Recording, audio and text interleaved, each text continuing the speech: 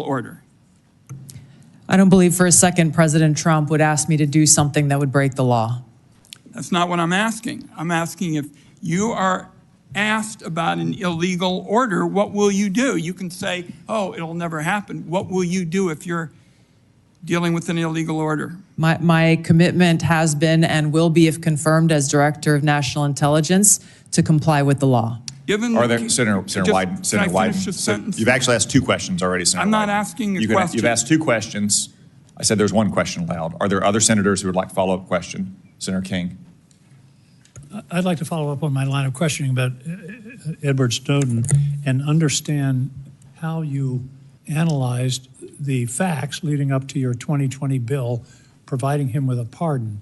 There was the House committee report, which granted was redacted, but under the heading, what damage did it cause, were 5.5 pages of redacted material. I would have thought that would raise a question in your mind. Secondly, Edward Snowden, there are about 20 countries that don't have extradition treaties with the U.S. He chose to go to Russia, become a Russian citizen.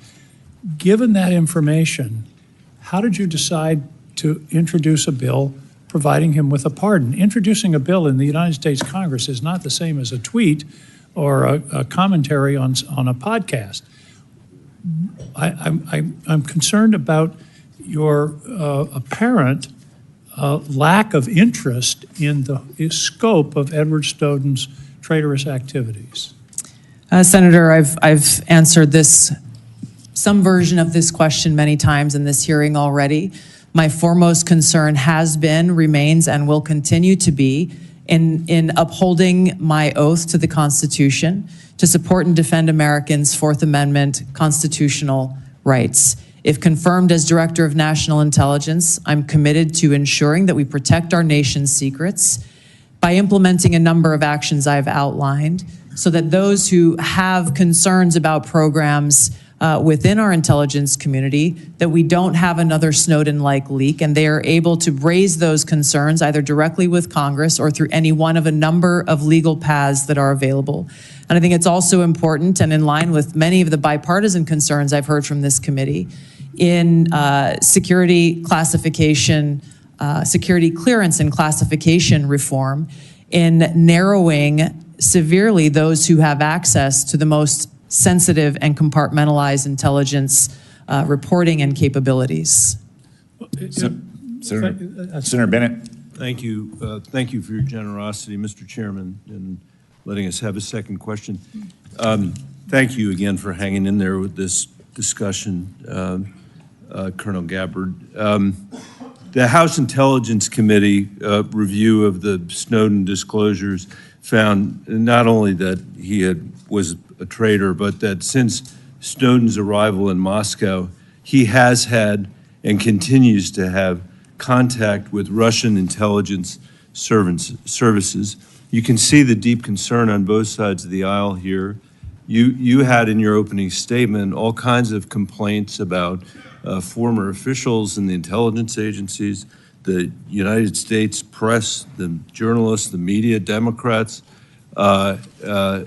suggested that you weren't being treated fairly when you were coming here. No condemnation at all for this, which leads me to wonder why it is so hard for you to say that Edward Snowden was a traitor to our country. And the question I guess I have for you is how, if you can't say that, you feel that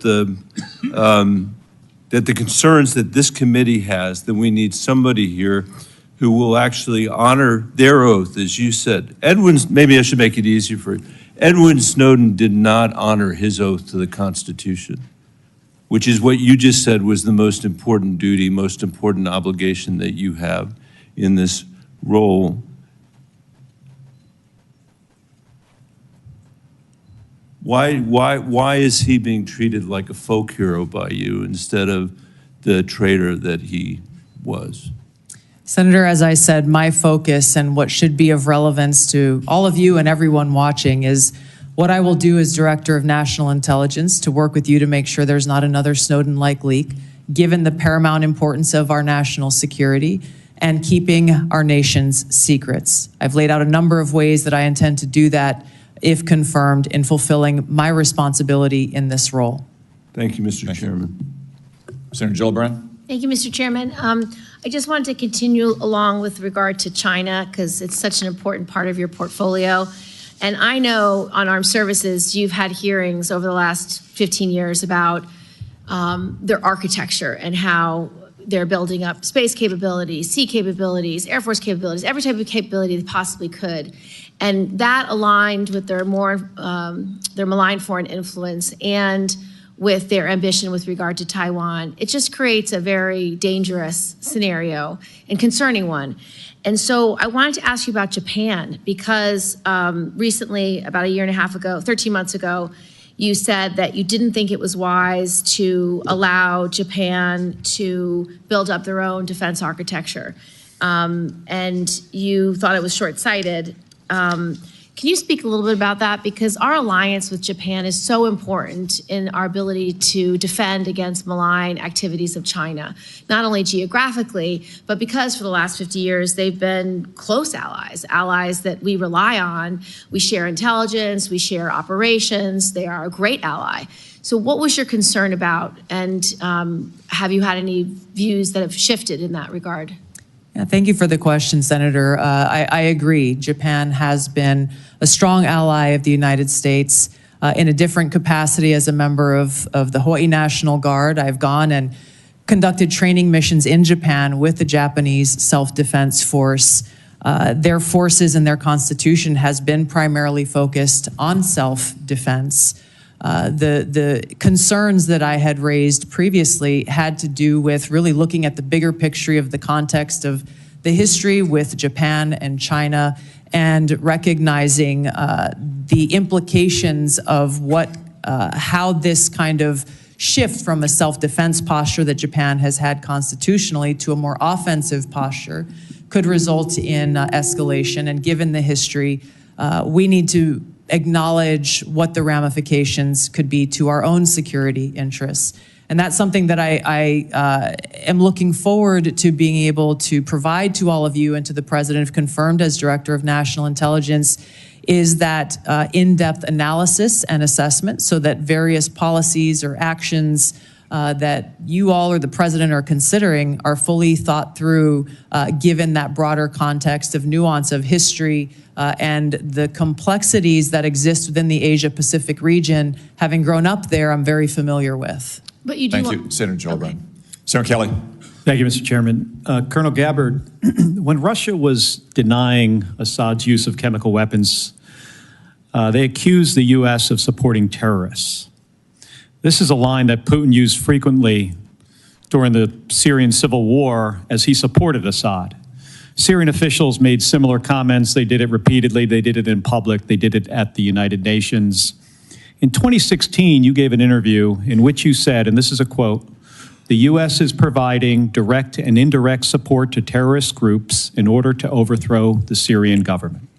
And in 2019, on the Democratic presidential debate stage, you said of President Trump, this is a quote, "This current president is continuing to betray us.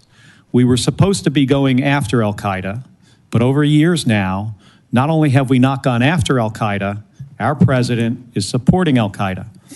So I'm interested to hear, what was your goal in saying these things? And did you consider, before saying them, the motives of Iran and Russia, what their motives might have been before making these claims? Senator, as someone who enlisted in the military specifically because of al-Qaeda's terrorist attack on 9/11 and committing myself and my life to doing what I could to defeat these terrorists, it was shocking and a betrayal to me and every person who was killed on 9/11, their families and my brothers and sisters in uniform. When as a member of Congress, I learned about President Obama's dual programs that he had begun really to overthrow the regime of Syria, and being willing to, through the CIA's Timber Sycamore program that has now been made public, of working with and arming and equipping al-Qaeda in an effort to overthrow that regime, starting yet another regime change war in the Middle East. DoD train and equip program, again, begun under President Obama, is widely been known, looked at, and studied, that ultimately resulted in over $500 million being used to train who they called moderate rebels, but were actually fighters working with and aligned with Al-Qaeda's affiliate on the ground in Syria, all to move forward with their regime change and not acknowledging what was obvious at the time and what has unfortunately borne true, which was that a regime change war in Syria, much like the regime change wars in Iraq, the toppling of Gaddafi and Mubarak, while these are all dictators, would likely result in the rise of Islamist extremists like Al-Qaeda taking power.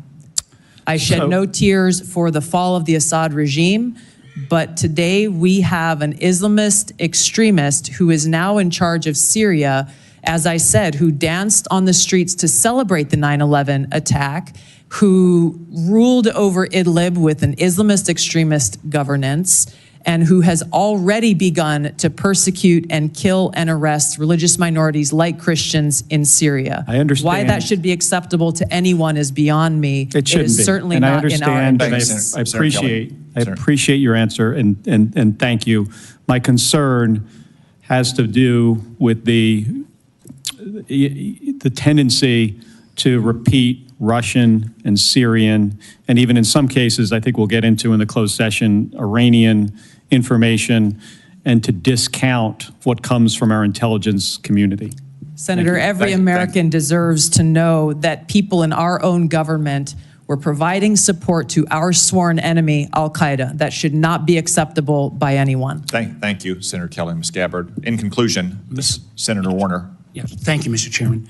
You know, one of the things I love about this committee, and I know folks who are here from Ms. Gabbard may not fully realize, but this has always been a bipartisan committee. And you know, my friend Richard Burr, who said we always kind of followed the truth.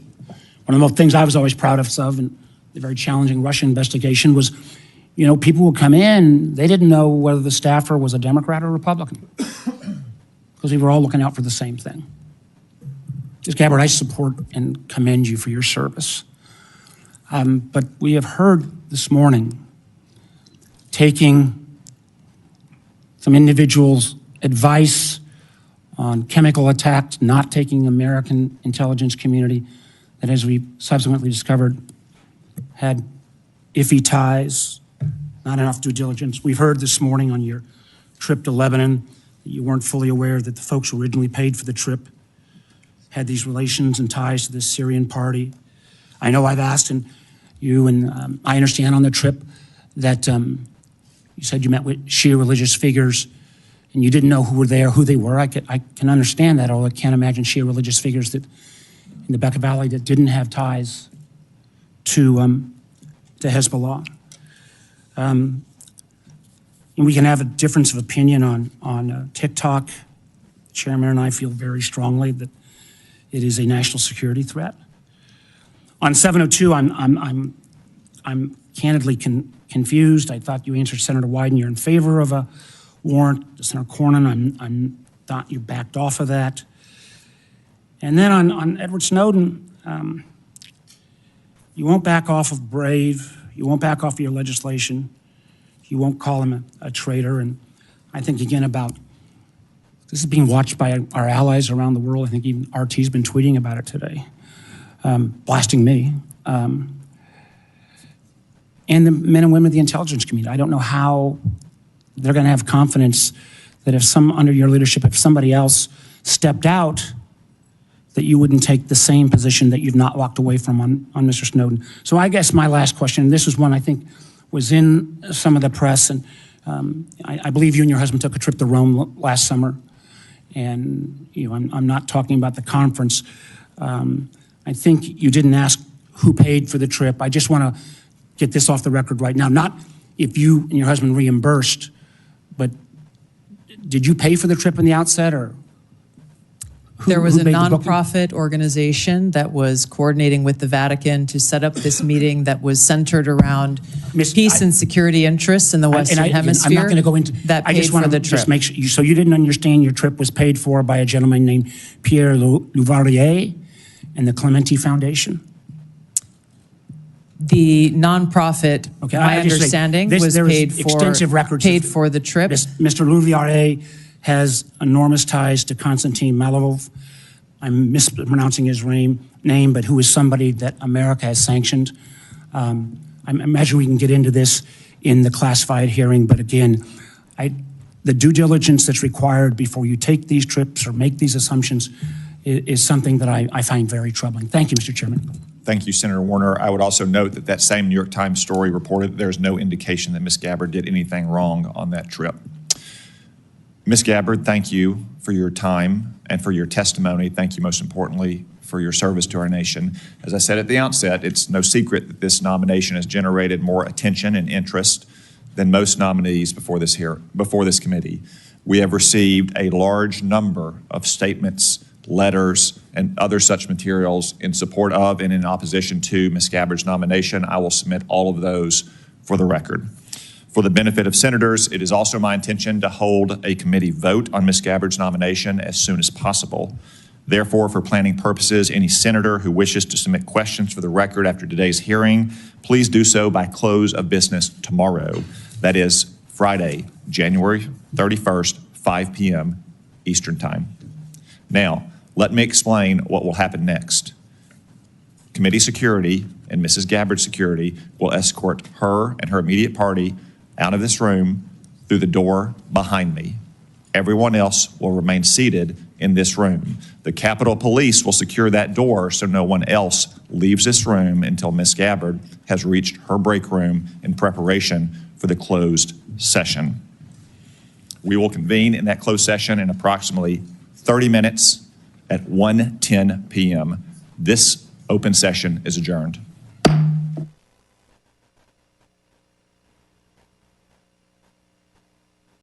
Heroes with whom you served.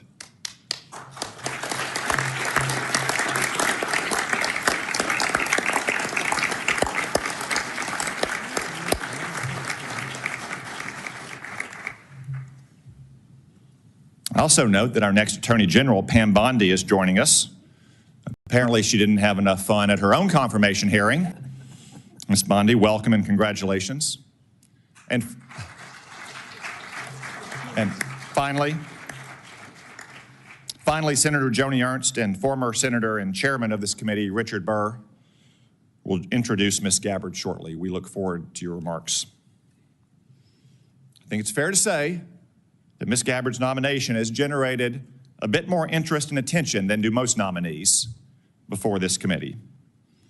But I want to stress that Ms. Gabbard has been and will be treated with the exact same respect, consideration, and professionalism that we extended to every nominee. No more, no less, no better, no worse.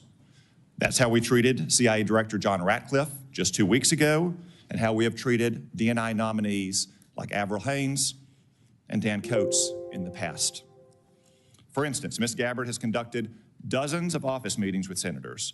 She has completed the committee's standard questionnaire. She has answered 247 questions in writing. This is all in keeping with the committee's customs, precedents, and rules. Before I address the important work ahead at the D&I, please also let me make two observations about some of the accusations about Ms. Gabbard. First, I'm dismayed by the attacks on Ms. Gabbard's patriotism and her loyalty to our country. For instance, Hillary Clinton has smeared Ms. Gabbard, calling her an asset of a foreign nation. Let me remind everyone that Ms. Gabbard has served in our Army for more than 2 decades. She has multiple combat tours, and she still wears the uniform to this day. She has undergone 5 FBI background checks. I spent more than 2 hours last week reviewing the latest, putting eyes on more than 300 pages. It's clean as a whistle. It's fine that we have differences of opinions on policies and programs. I suspect some of my Republican colleagues might disagree with some of Mrs. Gabbard's votes in the House of Representatives. Just as I suspect that some of my Democratic colleagues might criticize Ms. Gabbard's statements and actions since she saw the light and left the Democratic Party. But I sincerely hope that no one today will impugn Ms. Gabbard's patriotism and integrity. Second, I can only laugh at some critics who say that Ms. Gabbard has unconventional views. No doubt she has some unconventional views, like her criticism of Barack Obama's regime change interventions in Egypt and Libya. But guess what? I opposed the disastrous interventions in Egypt and Libya as well. Mubarak was a longtime American partner, and Egypt was a linchpin of our security system in the Middle East. Gaddafi had been scared straight after we toppled the Taliban and Saddam Hussein. He turned over his weapons of mass destruction and cooperated against terrorists. In return, we had lifted sanctions and reestablished diplomatic ties. But President Obama intervened to topple both regimes. And what came next? The Muslim Brotherhood in Egypt and dangerous chaos in Libya to this day. No one ever mistook Mubarak or Gaddafi as the little sisters of the poor. But let's not kid ourselves. The world is a dangerous place, not a church picnic. Ms. Gabbard understands this, which is why she also saw the problem with regime change interventions in these places. The vast number of governments throughout history and still today are not democratic. We may wish it were different, and we can work to improve it, but that's the way the world is. If we only befriended nations that shared our system of government and our social and cultural sensibilities, well, we wouldn't have many friends. In a fallen world, we have to take our friends where we find them. No question, stable democracies make the most stable friends, but what matters in the end is less whether a country is democratic or non-democratic, and more whether the country is pro-American or anti-American. I'll confess that those views may be somewhat unconventional, but look at where conventional thinking has got us. Maybe Washington could use a little more unconventional thinking. And I'm sure that the Office of the Director of National Intelligence could use more unconventional thinking. Ms. Gabbard, I submit that if confirmed, the measure of your success will largely depend on whether you can return the ODNI to its original size, scope, and mission. When Congress created the ODNI, we intended to put one office in charge to manage the different agencies of the intelligence community. Congress intended the ODNI to be a very lean organization that would use small staffs to execute specific tasks. Congress in no way wanted yet another unruly bureaucracy layered on top of an already bureaucratic intelligence community. Unfortunately, 20 years later, that's exactly what the ODNI has become. Incredibly, the ODNI now is now larger than any agencies it was established to manage. It has 15 offices and centers, which have many subunits within them. The ODNI staff is measured in the thousands, when it should be measured in the dozens, or maybe a few hundred. I promise that's going to change. I intend to get personnel at the ODNI back to their home agencies doing real intelligence work, not bureaucratic make work. I also expect to cap the size of the ODNI. Ms. Gabbard, if confirmed, I hope you'll be a partner in these vital efforts. Another example of bureaucratic mission creep and empire building is what's come to be known in the intelligence community as DNI taxes. The ODNI levies these so-called taxes on other agencies, shifting and directing funds away from the intelligence community's core mission to the whims and fancies of any particular DNI. That practice, which seems to have grown and run rampant under Director Haynes, is also going to stop. Ms. Gabbard, if confirmed, you have a lot of work ahead of you. And as chairman of this committee, I'm committed to ensuring that we see it all the way through. At this moment, I'll now recognize Senator Risch for a brief statement. Thank you very much, Mr. Chairman. I appreciate that. And I want to thank Ms. Gabbard for meeting with me and having the candid conversation we did on the issues. Unfortunately, I have to chair the Foreign Relations Committee. We have our first substantive meeting today on malign influence of China here at home and abroad. So I'm not going to be able to stay for the hearing. I'm not going to get a chance to ask questions. However, we are going to have a closed session immediately following, and the questions I have trespass upon the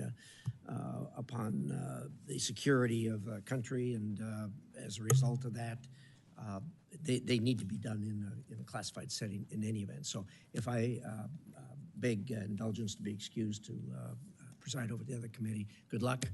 I know you'll do well. Thank you. You are excused.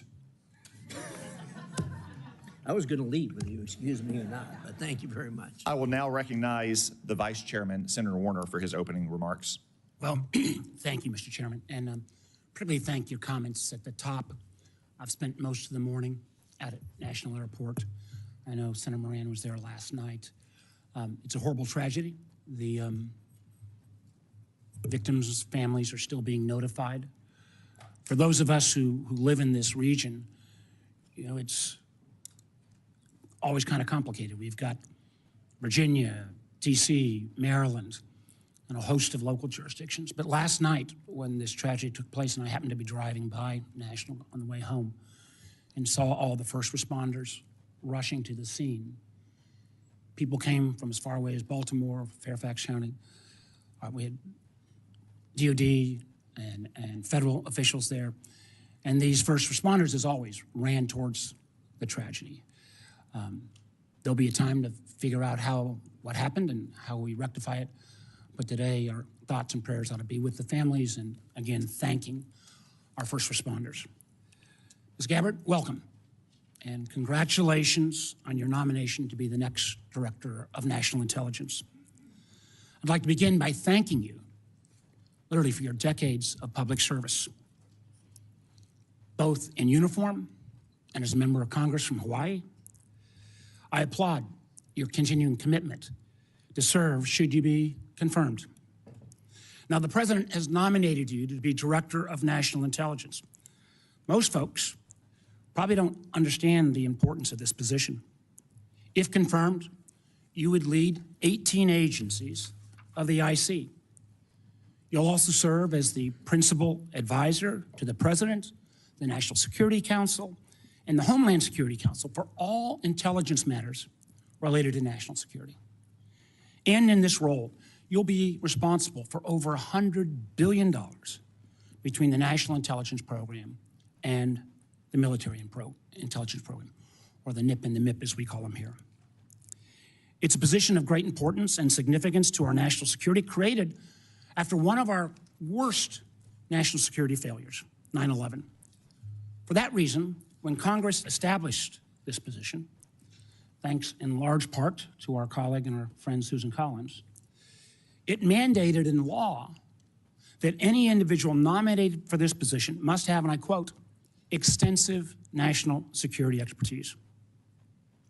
Now, I appreciated you taking the time to meet with me, and as I noted in that office, both before and after, I continue to have significant concerns about your judgment and your qualifications to meet the standards set by law. First, as I noted previously, the DNI was created in part to make sure we had appropriate intelligence sharing, which prior to 9/11, obviously we haven't. But the mission also is to not only share information between the IC, but also with our allies. There's no legal requirement that our allies share intelligence with us. It's all predicated on trust. Trust that our allies will protect each other's secrets. It appears to me you have repeatedly excused our adversaries' worst actions, and instead often blamed them on the United States and those very allies. For example, you blame NATO for Russia's 2022 invasion of Ukraine. You rejected the conclusion that Assad used chemical weapons in Syria, despite it being the unanimous assessment of the then Trump administration's DOD, State Department, and IC, as well as the assessment of our European allies. Instead, you blame the United States for supporting terrorist groups in Syria. Now, I don't know if your intent in making those statements was to defend those dictators, or if you were simply unaware of the intelligence and how your statements would be perceived. In either case, it raises, at least for this senator, serious questions about your judgment.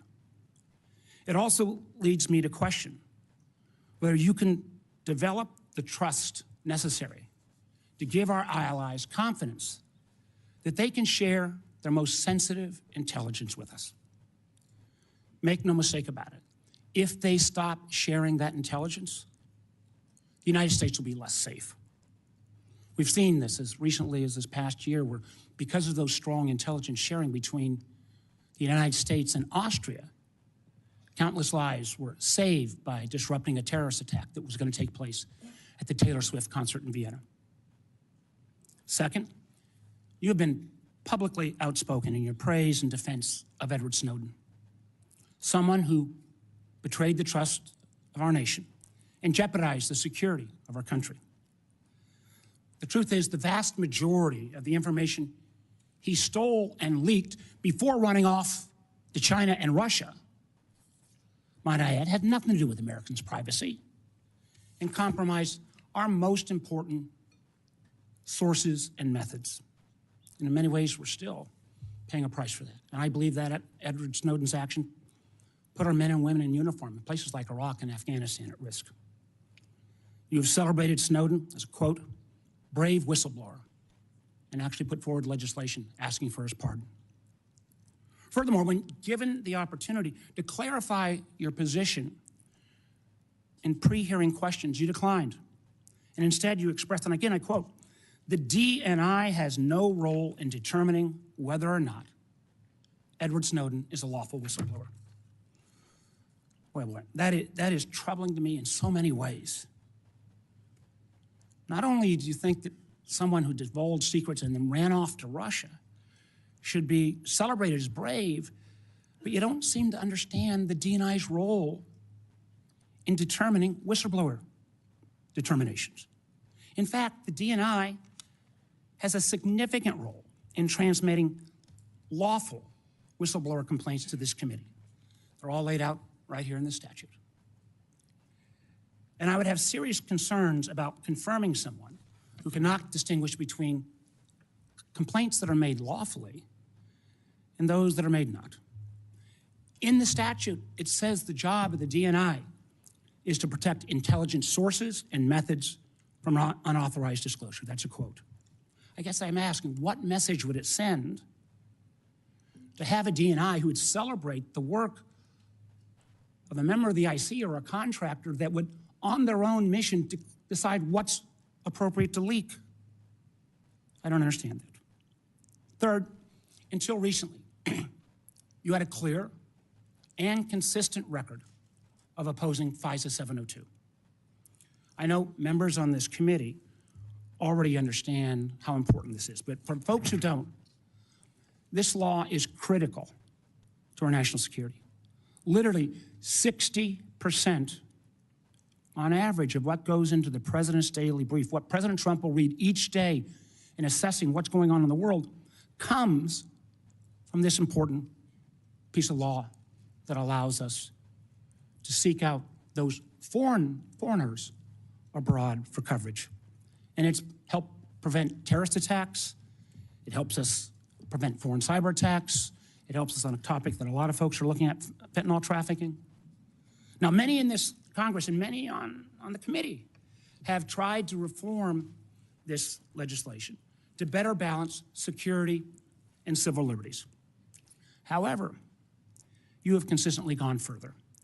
Not only did you vote against reauthorizing 702, you actually introduced legislation to fully repeal the whole thing, calling it again, quote, a blatant disregard for our Fourth Amendment constitutional rights. Now, I understand that since you've been nominated to be DNI, you've expressed a change of heart. I think that's welcome, but I have to tell you, as I try to make, I view this as a job interview, as I try to make my judgment on whether you should be confirmed, I don't find your change of heart credible. Because the world today is more complex and more dangerous than ever before. And we need serious people with sufficient experience to be able to navigate that complexity. I hope you use this opportunity to address my concerns and all of the members of this committee. I appreciate again your service, and I'm looking forward to a thorough discussion. Thank you, Mr. Chairman. Thank you, Mr. Vice Chairman. We welcome back Senator Richard Burr, the former chairman of this committee who has emerged from retirement to introduce Ms. Gabbard. Yet still in retirement, he still seems unable to find a pair of socks. Nonetheless, we say thank you and welcome you back, Senator Burr. Some things are very predictable, Mr. Chairman. Mr. Chairman Cotton, Vice Chairman Warner, members of this distinguished committee, I want to thank you for allowing me to join you today to provide my thoughts and support on behalf of Tulsi Gabbard's nomination to be Director of National Intelligence. This is my first visit back to the Senate in slightly over 2 years. Permit me to say, from this side of the dais, you're not as intimidating as I thought when I was on your side of the dais. When I was chairman of this committee, Senator Warner and I stuck to a single refrain with our staff: follow the facts wherever they lead. Today, an anonymous person or group launching a campaign using rumors as sources and accusations as fact can drive the outcome of an election and of public opinion. I know it to be true. Remember, I sat in your chair for the Russia investigation, where we found much of the influence to be the result of fictitious narratives driven by Russia. Now, some of you may be wondering, why do I support Tulsi Gabbard, and why am I here to introduce her as a nominee? I've experienced firsthand a coordinated attempt to influence this nominee's support in the United States Senate and with the American people. I was contacted by several national journalists shortly after the president nominated Tulsi, asking me to confirm one of the many rumors circulating about this nominee. I informed each journalist over a 5-week period that the rumors shared with me was simply not true. This narrative was shared from one journalist to the next journalist to the next journalist. I assume today they ran out of journalists. This was a coordinated effort to kill this nomination. Advise and consent is the responsibility of the United States Senate, and I truly believe that each member takes it seriously. All members of this committee were offered the opportunity for individual meetings with Tulsi, and if you chose not to meet with her, it's on you. I've done my homework, and here are the facts. Tulsi Gabbard's historic life began at birth. She's the first American Samoan-born member of Congress, period. She graduated from Hawaii Pacific University with a degree in business administration with a concentration in international business. In 2002, at age 21, Tulsi became the youngest woman in America ever elected as a state representative. That was not enough. In 2003, she joined the Hawaii National Guard. When deployed, in her re-election, her opponent raised the issue, could you serve the people that elected you if, in fact, you were deployed? What did Tulsi do? She withdrew from her re-election campaign in order to continue to serve our country in the war on terror. This would not be the first or the last time Tulsi put her country above her career. After multiple deployments and serving in the Hawaii City Council, she was elected to the United States House of Representatives, where she served 4 terms. Throughout her political career, she maintained her military service either in the National Guard or the Army Reserve. Media stories and anonymous rumors have questioned her qualifications, her patriotism, and whether she can be trusted, just to name a few. I refuse to question the qualifications of a woman who's worn the uniform of her nation for 22 years and never taken it off. No fewer than 5 times has the Department of Defense reviewed her security clearance and extended it. Every single time. If Tulsi's guilty of anything, it's that since she was born, her views, opinions, and beliefs have evolved to reflect her life's experiences. Winston Churchill once said, "Those that never change their minds never change anything." She served her city, her state, her country, while winning the support of the people she represented. She's fought in war, and yes, she's tried to stop wars. At the ripe age of 43, Tulsi has the life experiences that match or exceed most members of Congress. Tulsi was serving in uniform 3 years before some of us here today voted to create the Director of National Intelligence. Chairman Cotton, Vice Chairman Warner, members of the committee, it's my honor to support and to introduce to the committee Lieutenant Colonel Tulsi Gabbard. Thank you, Mr. Chairman. Thank you. Thank you, Senator Burr. Now our colleague, Senator Joni Ernst of Iowa, has taken a few minutes out of her very busy schedule to be here to introduce Ms. Gabbard as well. Senator Ernst. Thank you, Chairman Cotton and Ranking Member Warner. And good morning to my distinguished colleagues. I also do want to take a moment this morning to recognize the lives that were lost in the collision near DCA last night. It is a truly heartbreaking tragedy. My prayers are with the victims' families and their loved ones. So thank you. Duty, honor, service. These are not just words. They are principles that have guided Lieutenant Colonel Gabbard. As a young enlisted soldier in the Hawaii National Guard, Tulsi answered the call to duty upon her deployments to the Middle East.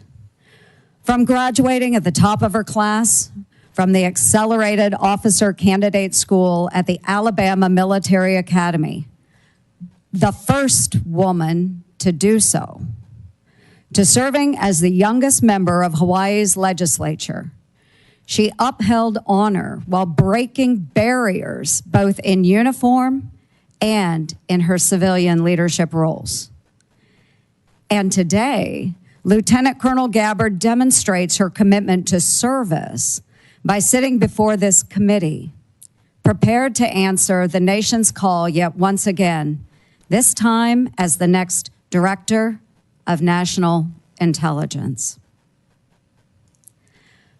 Tulsi and I share similar backgrounds, both to our nation and to our communities.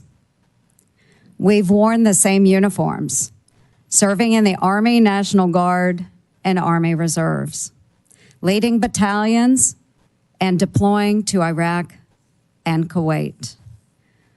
We've both had the privilege of serving in our state legislatures and in Congress, representing the people who shaped our lives and our communities. Tulsi exemplifies what it means to rise above partisanship, putting the needs of the American people over political divisions.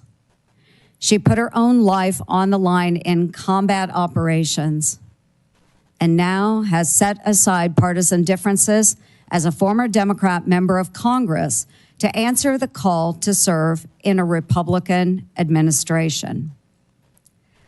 The mainstream media has fought to paint their own picture of Tulsi Gabbard. But let's talk about the real Tulsi Gabbard, the woman and the soldier who I've come to know and respect. And I've known Tulsi for the past decade. Relationships matter. In 2015, then Congresswoman Gabbard met my dear friend Owen, who was a dear friend of mine from Iowa State University. Owen was a wounded special operations warrior who embodies the resilience and strength of our military community. Owen was the subject of an attack in Afghanistan where he lost his leg and his left eye serving in the war. After this attack, or during this attack, Owen was tossed into the dead pile. Owen, bleeding and in excruciating pain, cried out to his teammates, "I'm not dead." Thankfully, his fellow warfighter attended to Owen, but the road to recovery was long and hard, including a stint at Walter Reed Medical Center. During this time, Owen met a fellow warrior and patriot, Congresswoman Tulsi Gabbard, who became a friend, and today they remain in touch. Owen prides himself in being a very good judge of character. And Tulsi, he speaks volumes of your character. Owen's final message to me before this hearing was, Tulsi has maintained her integrity throughout her career. She's the same gal I met in 2015. She always makes time for our old, broken warriors. And colleagues, I will leave you with this. You know me. I trust Tulsi Gabbard. She will be honest with you. She will listen to your concerns. She will be receptive to your feedback. And rest assured, Lieutenant Colonel Gabbard loves this country, a fact proven by her willingness to put her life on the line to defend it. For over 20 years, she has put on the uniform and checked her political views at the door with one mission in mind: to protect and defend our great United States of America. Tulsi, duty, honor, and service have marked your life. Thank you for your extraordinary dedication to our nation, for embodying the values that make our military the best in the world, and for stepping up to serve yet once again as President Trump's Director of National Intelligence. Relationships matter. I urge my colleagues to support this nomination. My best wishes to you, Tulsi, and to your family. God bless our country. Thank you, Mr. Chair. Thank you, Senator Ernst. I know that Senator Ernst has a busy schedule to include a hearing for Dan Driscoll, the Secretary of Army nominee at the Armed Services Committee. I'm sure Senator Burr has to go on a fishing trip or something. So we will excuse both senators from the witness table.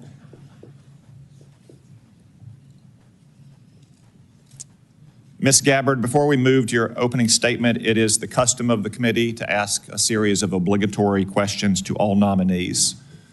First, do you swear or affirm to give this committee your full and truthful testimony? I do. Second, do you agree to appear before the committee here or in other venues when invited?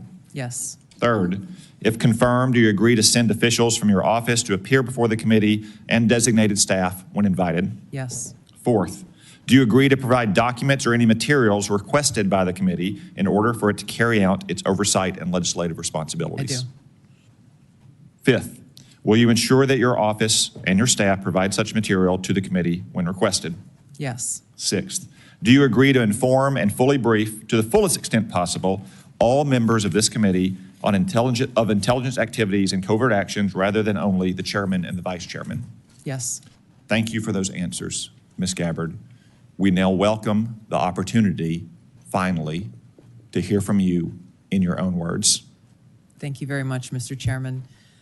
Before I begin, I too would like to start by offering my prayers and condolences to those who were killed in last night's horrific crash Senator Warner, Senator Moran, our condolences and prayers are with you and all of your constituents. Again, Chairman Cotton, Vice Chairman Warner, and all of the members of the committee, it's an honor to be here before you today. I've appreciated the opportunity to meet with so many of you and address your questions and concerns before today's hearing. I know they've gone, but I'm grateful to Senators Burr and Ernst for their trust and their confidence in taking time to join us here today. To my husband, Abraham, my family, friends, fellow veterans, Medal of Honor recipients, and patriots, thank you for your love and support. I'm honored and grateful to President Trump for his trust and confidence in nominating me to serve our country as the Director of National Intelligence at a time when trust in the intelligence community, unfortunately, is at an all-time low. Chuck Schumer admitted a few years ago, quote, "You take on the intelligence community, they have 6 ways from Sunday at getting back at you." For too long, faulty, inadequate, or weaponized intelligence have led to costly failures and the undermining of our national security and God-given freedoms enshrined in the Constitution. The most obvious example of one of these failures is our invasion of Iraq based upon a total fabrication or complete failure of intelligence. This disastrous decision led to the deaths of tens of thousands of American soldiers, millions of people in the Middle East, mass migration, destabilization, and undermining of the security and stability of our European allies, the rise of ISIS, strengthening of Al-Qaeda and other Islamist jihadist groups, and strengthening Iran. Here are just a few other examples. The American people elected Donald Trump as their president not once but twice, and yet the FBI and intelligence agencies were politicized by his opponents to undermine his presidency and falsely portray him as a puppet of Putin. Title I of FISA was used illegally to obtain a warrant to spy on Trump campaign advisor Carter Page, using a Clinton campaign-funded false dossier as their so-called evidence. Biden campaign advisor Tony Blinken was the impetus for the 51 former senior intelligence officials' letter dismissing Hunter Biden's laptop as disinformation specifically to help Biden win the election. Former DNI James Clapper lied to this committee in 2013, denying the existence of programs that facilitated the mass collection of millions of Americans' phone and internet records, yet was never held accountable. Under John Brennan's leadership, the CIA abused its power to spy on Congress, to dodge oversight, lied about doing it until he was caught, and yet has never been held responsible. Under Biden, the FBI abused its power for political reasons to try to surveil Catholics who attend traditional Latin Mass, labeling them as quote-unquote radical traditionalist Catholics. Personally, just 24 hours after I criticized Kamala Harris and her nomination, I was placed on a secret domestic terror watch list called Quiet Skies. Sadly, there are more examples. The bottom line is this must end. President Trump's re-election is a clear mandate from the American people to break this cycle of failure, end the weaponization and politicization of the intelligence community, and begin to restore trust in those who've been charged with the critical task of securing our nation. If confirmed as DNI, I will do my very best to fulfill this mandate and bring leadership to the intelligence community with a laser-like focus on our essential mission, ensuring the safety, security, and freedom of the American people. As the President's principal intelligence advisor, I'll begin by leading by example, checking my own personal views at the door, and committing to delivering intelligence that is collected, analyzed, and reported without bias, prejudice, or political influence. I enlisted in the Army because of the horrific terrorist attack on September 11th. And volunteered to deploy to Iraq in 2005, where I served in a medical unit. After nearly 22 years in uniform with 3 combat deployments to the Middle East and Africa, I'm now a lieutenant colonel in the U.S. Army Reserve, where I serve as a battalion commander of soldiers in Oklahoma, Missouri, and Arkansas. I served in Congress for 8 years on the Homeland Security, Foreign Affairs, and Armed Services committees. And it's my experience in the military and in the halls of Congress that have given me a deep understanding of the complex challenges that our nation faces, in both roles engaging with world leaders, in both roles being privy to highly classified intelligence.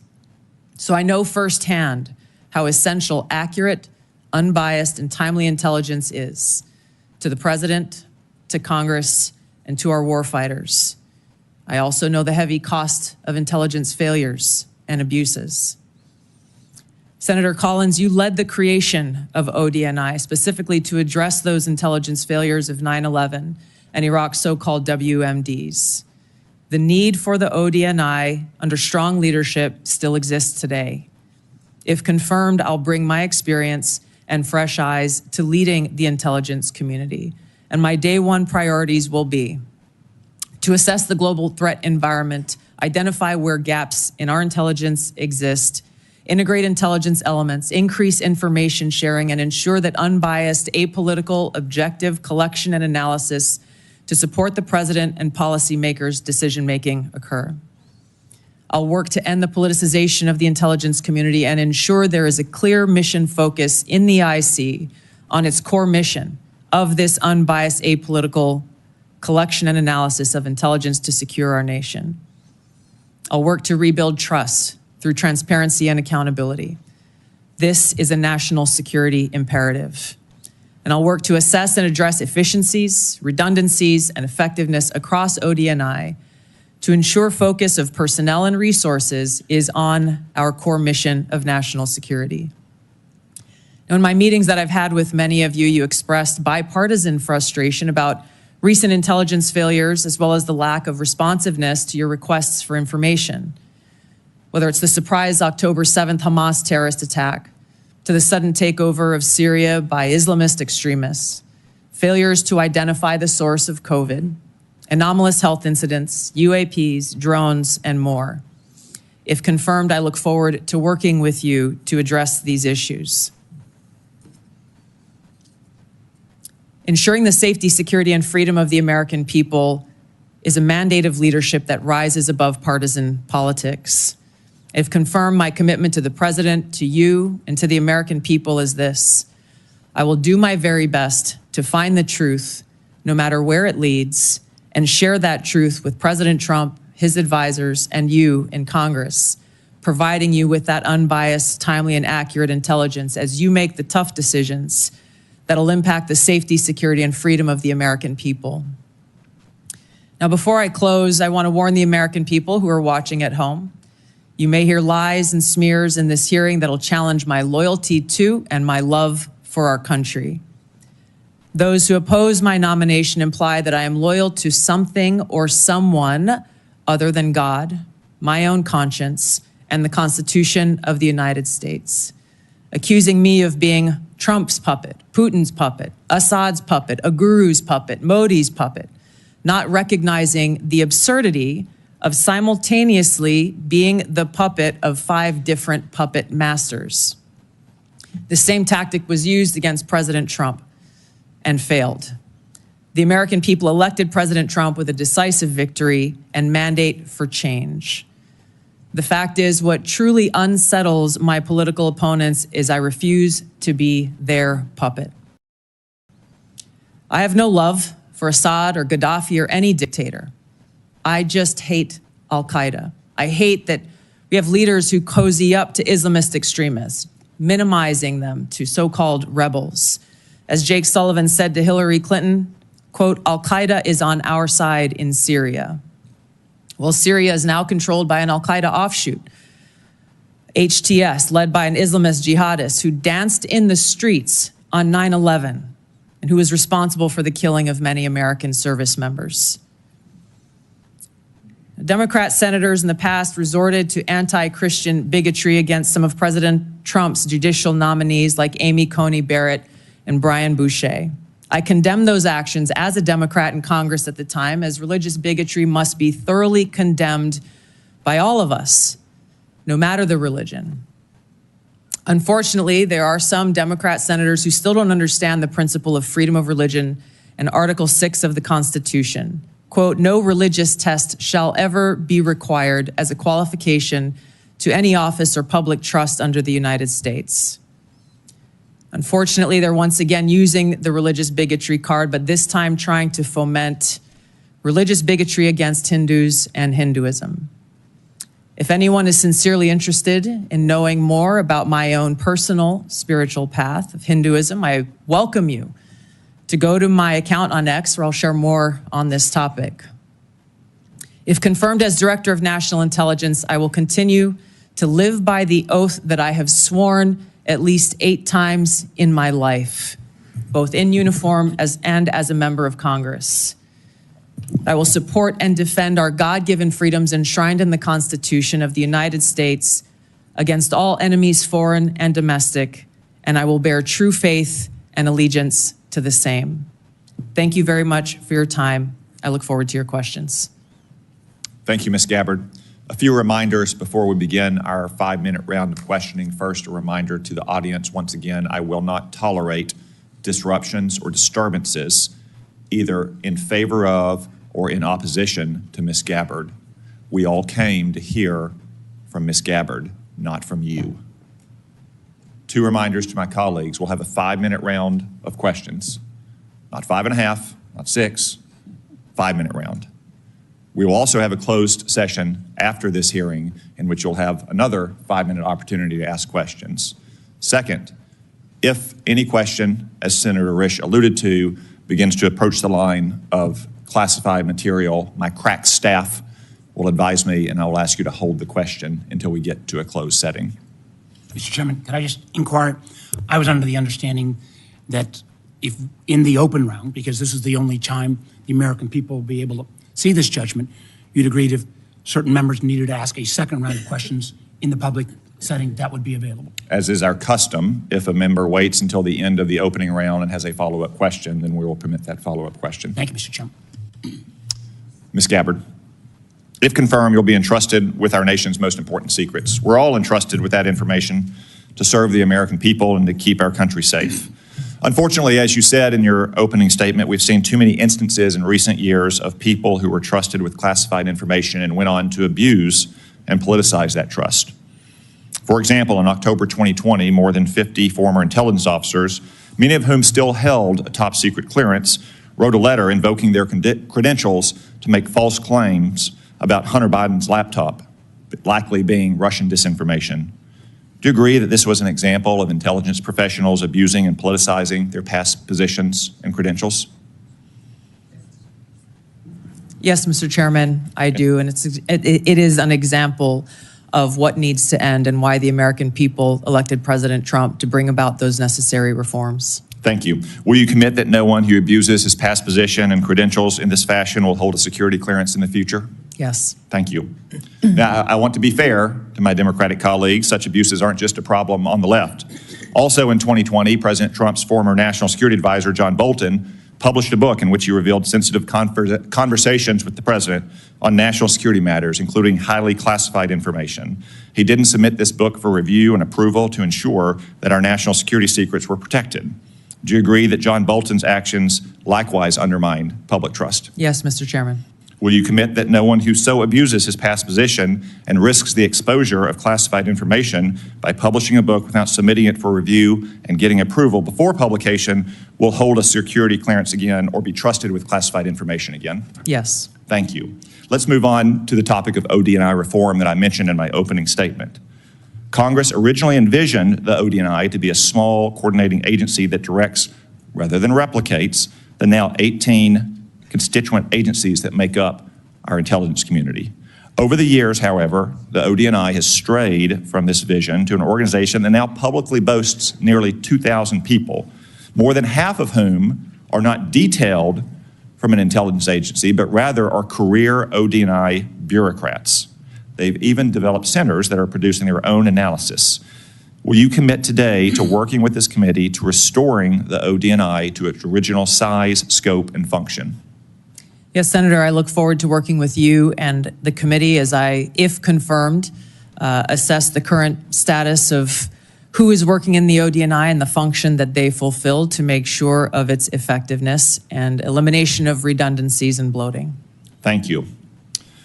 Do you support some of the policy proposals I mentioned in my opening statement about capping the size of the ODNI, eliminating ODNI taxes, returning employees back to their home agencies to do real intelligence work? Yes, Senator, I look forward to working with you as we assess where the ODNI needs to be in order to fulfill its core mission and function. Thank you. And in your preparation for this hearing and this important responsibility, have you developed any thoughts that explains the mission creep and the empire building that we've seen at the ODNI in recent years? Yes, Senator, I've had the opportunity to review the history of the ODNI, to speak to Ambassador Negroponte, the first Director of National Intelligence, as well as others who have served in this position. I think there are a number of contributing factors to the creation of centers, or not centers, but offices like the recently eliminated Office of DEI within ODNI, and other areas where I need to go in and assess the replication and the duplication of responsibilities that exist elsewhere and some of the other intelligence elements that ODNI has oversight over. Thank you. Colleagues, I will lead by example and yield back 1 minute of my time and recognize the Vice Chair. Well, thank you, Mr. Chairman. That is a first. Ms. Gabbard, let me be clear, at least in my views. I salute your service to our country, but I have serious doubts about your judgment. And those are some of the areas that I want to pursue. First, until you were nominated by the President to be the DNI, you consistently praised the actions of Edward Snowden, some who, I believe, jeopardized the security of our nation, and then, in an effort to flaunt that, fled to Russia. You even called Edward Snowden, and I quote here, a brave whistleblower. Every member of this committee supports the rights of legal whistleblowers. But Edward Snowden isn't a whistleblower. And in this case, I'm a lot closer to the chairman's words, where he said, Snowden is, quote, an egotistical, serial liar and traitor who, quote, deserves to rot in jail for the rest of his life. Ms. Gabbard, a simple yes or no question. Do you still think Edward Snowden is brave? Mr. Vice Chairman, Edward Snowden broke the law. I do not agree with or support with all of the information and intelligence that he released, nor the way in which he did it. There would have been opportunities for him to come to you on this committee or seek out the IG to release that information. The fact is, he also, even as he broke the law, released information that exposed egregious, illegal, and unconstitutional programs that are happening within our government. Excuse me, Mr. Gabbard. That led to serious reforms that Congress undertook. Chairman, we got 5 minutes. So I take your answer, and these are your quotes. Brave, please join my bipartisan legislation calling for charges to be dropped against him. Do you disagree that legislation was not appropriate? Do you believe he is brave or not? Yeah, back those words? Once again, Senator, Edward Snowden broke the law. He also released information we agree that Edward Snowden that broke the exposed law. the United States Asking you a government's question whether illegal your programs. legislation and your words are still your beliefs. Yes or no, please. I'm making myself very clear. Edward Snowden broke the law. He released information about the United States government's illegal activities. Ma'am, If I may just finish my thoughts, Senator. In this role that I've been nominated for, if confirmed as Director of National Intelligence, I will be responsible for protecting our nation's secrets, and I have 4 immediate steps that I would take to prevent another Snowden-like leak. Ma'am, I would simply ask you again. I don't think you're going to answer. I agree with Tom Cotton, he's a traitor. You, for years, until you got chosen by President Trump, have celebrated this guy as brave. You've called for him to be pardoned, for his charges to be dropped. I cannot imagine a director of national intelligence that would say that kind of behavior is okay. How would we maintain the trust of the IC and the contractors who work for it? How would we maintain the trust of our Five Eye partners? I find it very troubling. Let me move to 702. I know other members are going to raise this. Remember, the 702 is critical to our national security. 60% of the President's daily brief. 60% of the information President Trump gets every day in a PDB will come from this. You've had a long history of opposing 702. Many members of Congress have. But one of the things you actually done that not many have is not to reform it, but you actually said you wanted to repeal it. But now, whether it's confirmation conversion or whatever, you call 702 vital.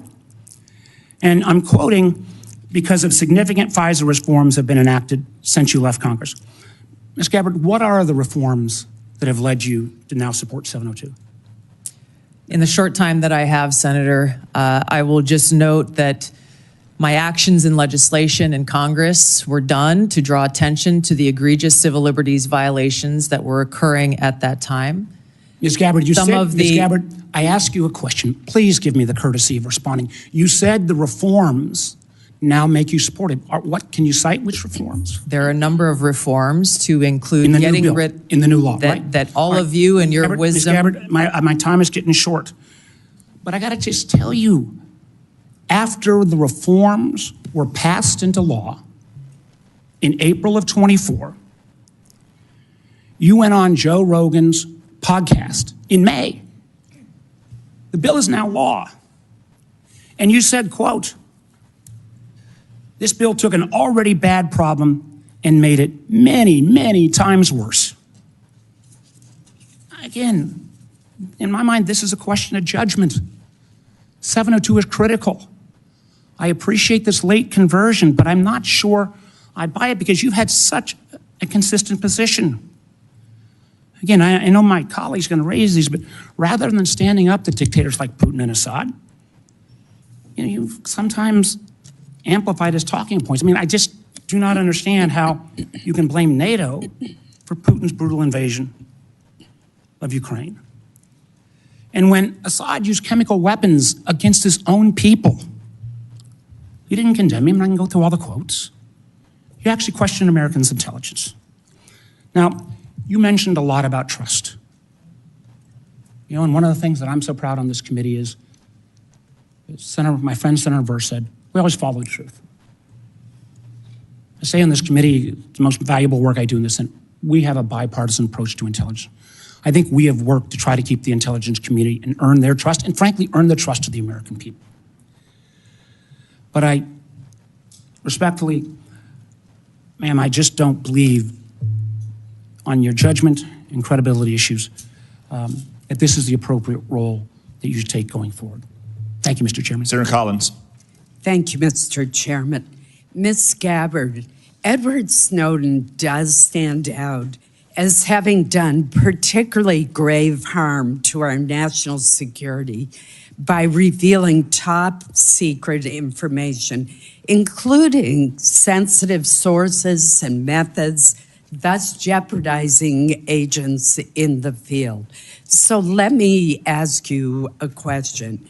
If confirmed, would you support or recommend a pardon or any kind of clemency for Edward Snowden? Thank you for the question, Senator Collins. If confirmed as the Director of National Intelligence, my responsibility would be to ensure the security of our nation's secrets and would not take actions to advocate for any actions related to Snowden. So the answer is no. Is Correct. that correct? In 2020, you introduced the Protect Brave Whistleblowers Act, which would amend the Espionage Act to make it more difficult to prosecute individuals who reveal classified information. In particular, the bill would allow individuals to disclose even top secret information as long as it's not done with the specific intent to injure the United States or advantage any foreign nation. Your bill would also have created an affirmative defense if public disclosure of classified information were made for several reasons, one of which was to expose gross waste of funds.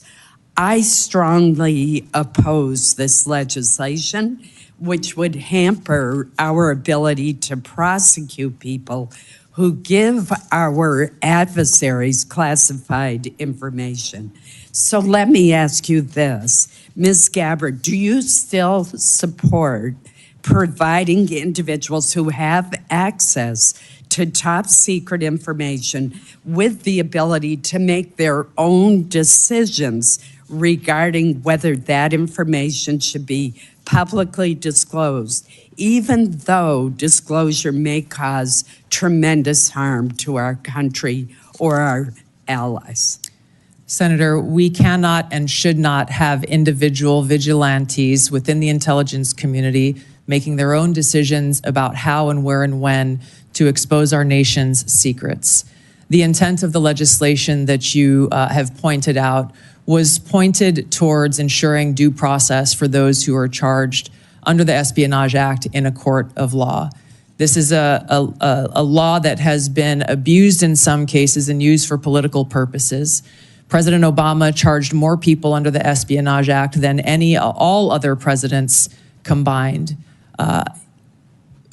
If confirmed as the Director of National Intelligence, my sole focus and goal would be our nation's security, which includes ensuring the security of our nation's secrets. And I would work to make sure that we don't have any disclosures or vigilantes taking it upon themselves. There are numerous legal paths that will protect this information for those who feel they have concerns. And I look forward to working with you and this committee on making sure that those protections are known by every single person in the workforce and effectively implemented. So you do not support allowing individuals to make their own decisions without authorization to disclose secret information, classified information? Yes, and I believe we have the legal structure in place for those who have concerns to address them. As you know, there has been speculation in the press that you met with Hezbollah, a terrorist organization affiliated with Iran. Have you ever knowingly met with any members, leaders, or affiliates of Hezbollah? No, and it is an absurd accusation. Let me ask you one final question in the short time we have left. With Hamas, ISIS-K, the Houthis, all the Iranian proxies in Syria and Iraq, Yemen, and Al-Qaeda all posing general resurgences in the Middle East, Africa, and Central Asia, I'm alarmed at the lack of focus by the IC on this threat to our safety. We don't want to have to call you back to this room after a terrorist attack and ask, how did the IC miss this? Great power competition, China, Russia, definitely pose threats to our country, but the terrorist threat is arguably the most imminent threat, according to former FBI Director Chris Wray. If confirmed, what would be your strategy to refocus the IC on the terrorist threat to our country and to Americans abroad? Thank you, Senator. I agree with your assessment, and this speaks to the need for the ODNI to exist, to redirect those resources, identifying the gaps in intelligence so that we are able to get ahead of these threats instead of coming around after the fact and trying to assess why did we not know about this sooner so that we could have taken action to prevent it. Thank you.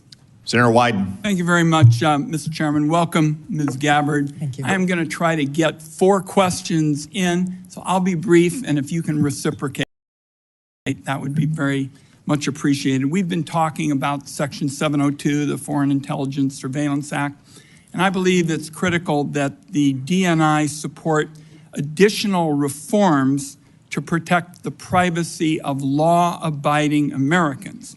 In your written response to committee questions, you wrote, and I quote, "Warrants should generally be required before an agency undertakes a U.S. person query of Section 702. Is this your current position? Yes, it is, Senator. And as you'll note in that written response, I noted some exigent circumstances with agree with which that. there may be other options. But I also want to make a note that a simple warrant requirement is ultimately going to be a policy decision that all of you will make.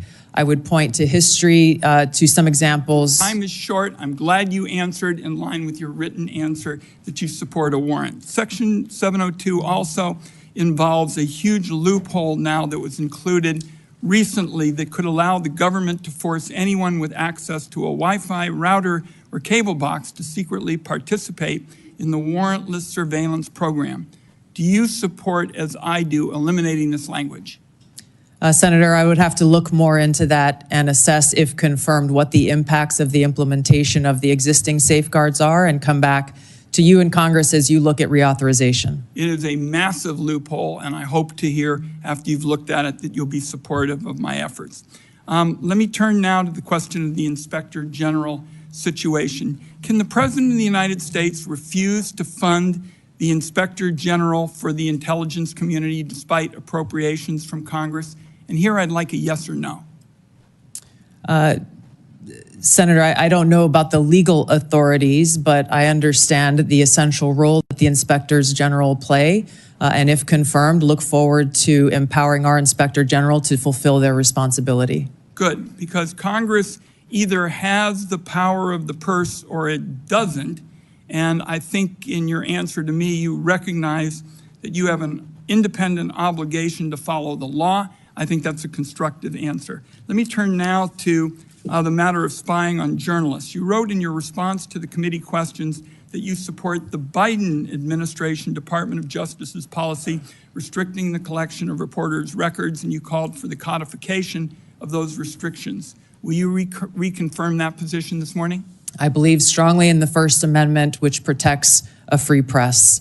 So you will, in effect, say that you will continue to support the Biden administration policy to protect journalists? I'm not familiar with the specific Biden administration policy, but I believe strongly in the defense of the First Amendment. It is a policy that restricts the collection of reporters' records, and you have called for the codification of those records, so I am going to accept that you're not changing your position, and I appreciate it. I've got time, I think, for one more question. While you were in Congress, you introduced legislation prohibiting the government from mandating that Americans' phones or apps include mechanisms to allow the government to bypass encryption or other privacy technology. In your written responses to the committee questions, you reconfirmed your opposition to these mandates. Is that still your position? Yes, these back doors lead down a dangerous path that can undermine Americans' Fourth Amendment rights and civil liberties. You are being very helpful by moving so quickly. Let me turn to whistleblowers. You wrote in your response that whistleblowers must have clear, protected channels to report concerns, including the unauthorized transmittal of classified information to appropriate entities such as members of Congress. Do you agree that IC whistleblowers must have a clear path to this committee and that they don't need permission from agencies to talk to us? That's a yes or no.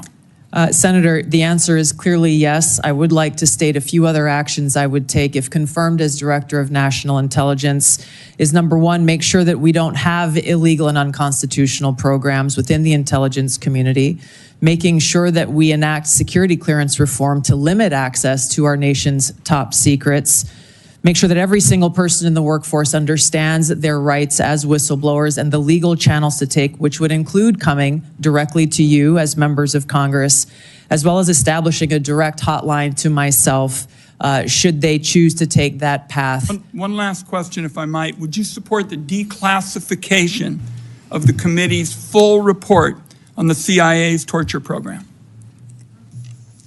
Senator, I believe in transparency. I have not seen this, and so cannot make an honest assessment for that answer. Thank you, Mr. Chairman. Senator Cornyn. Welcome, Ms. Gabbard. Congratulations and thank you for your service to our nation. I hope you will take to heart the chairman's comments about the exploding bureaucracy, not only in the government generally, but in the office of the Director of National Intelligence. This is a critical role to be played, but Unfortunately, that role is not made easier or more effective by such a large, unwieldy bureaucracy. Do you believe that the President of the United States should get all of the lawfully collected intelligence that's available in order to inform his judgments as Commander-in-Chief? Senator, not only is the answer a strong yes, I would say that it is the Director of National Intelligence responsibility to make sure that the President has access to all the intelligence so that he can make the best informed decisions for our country. And you will be the one actually briefing him on a daily basis, correct? That's correct. And the President's daily brief, and we've heard that that is composed of about 60% of it's composed of information gleaned by collection under Section 702 of the Foreign Intelligence Surveillance Act. I've heard your comments to Senator Wyden and others. You and I talked about the importance of getting dissenting views in front of the President so that we don't have groupthink, which can be very dangerous, particularly in the intelligence collection areas. And I appreciate your agreeing that presenting the policymakers, including the President, with dissenting views is very important. Are you aware that overwhelmingly the courts that have looked at a challenge to Section 702 based on the Fourth Amendment and any potential warrant requirement have overwhelmingly said that the Fourth Amendment is not implicated by search of lawfully collected intelligence? I am aware, yes, Senator. And do you disagree with that? What I began to say in answer to Senator Wyden's previous question on this issue is, number one, the decision about a warrant requirement will be yours to make, not mine as the Director of National Intelligence. You'll be the Director of National Intelligence, and people will be wanting to hear from you about what we should do as policymakers. Admittedly, you're not going to be a policymaker, but you certainly will inform us. And wouldn't you do agree that the courts have overwhelmingly held that a warrant is not required, correct? Yes, Senator, I'm aware of the court rulings. What my commitment is to make sure that we uphold the Fourth Amendment rights of Americans in protecting against unlawful seizure and search. There are many different ways to do this. The devil is in the details. There are examples of how even in situations under Title I where a warrant is required to surveil a U.S. person. Title I is different. I agree. Correct. I agree with you on that. But my point, Senator, if I may just finish. Excuse me. If that was misused in the case of Carter Page, and basically an FBI lawyer lied in order to secure that warrant. Which is why there are safe. What would be necessary to be shown in order to establish probable cause to a judge in order to obtain a warrant? Again, Senator, that's not for me to say. That would be for you all to decide and for the Attorney General to weigh in on. Do you know what the elements of probable cause are and whether that's a practical and workable solution? This is the center of the debate, the high standard of probable cause that's required to get a warrant, and why this will continue to be a conversation, again, with the Attorney General weighing in and all of you in Congress making this policy decision.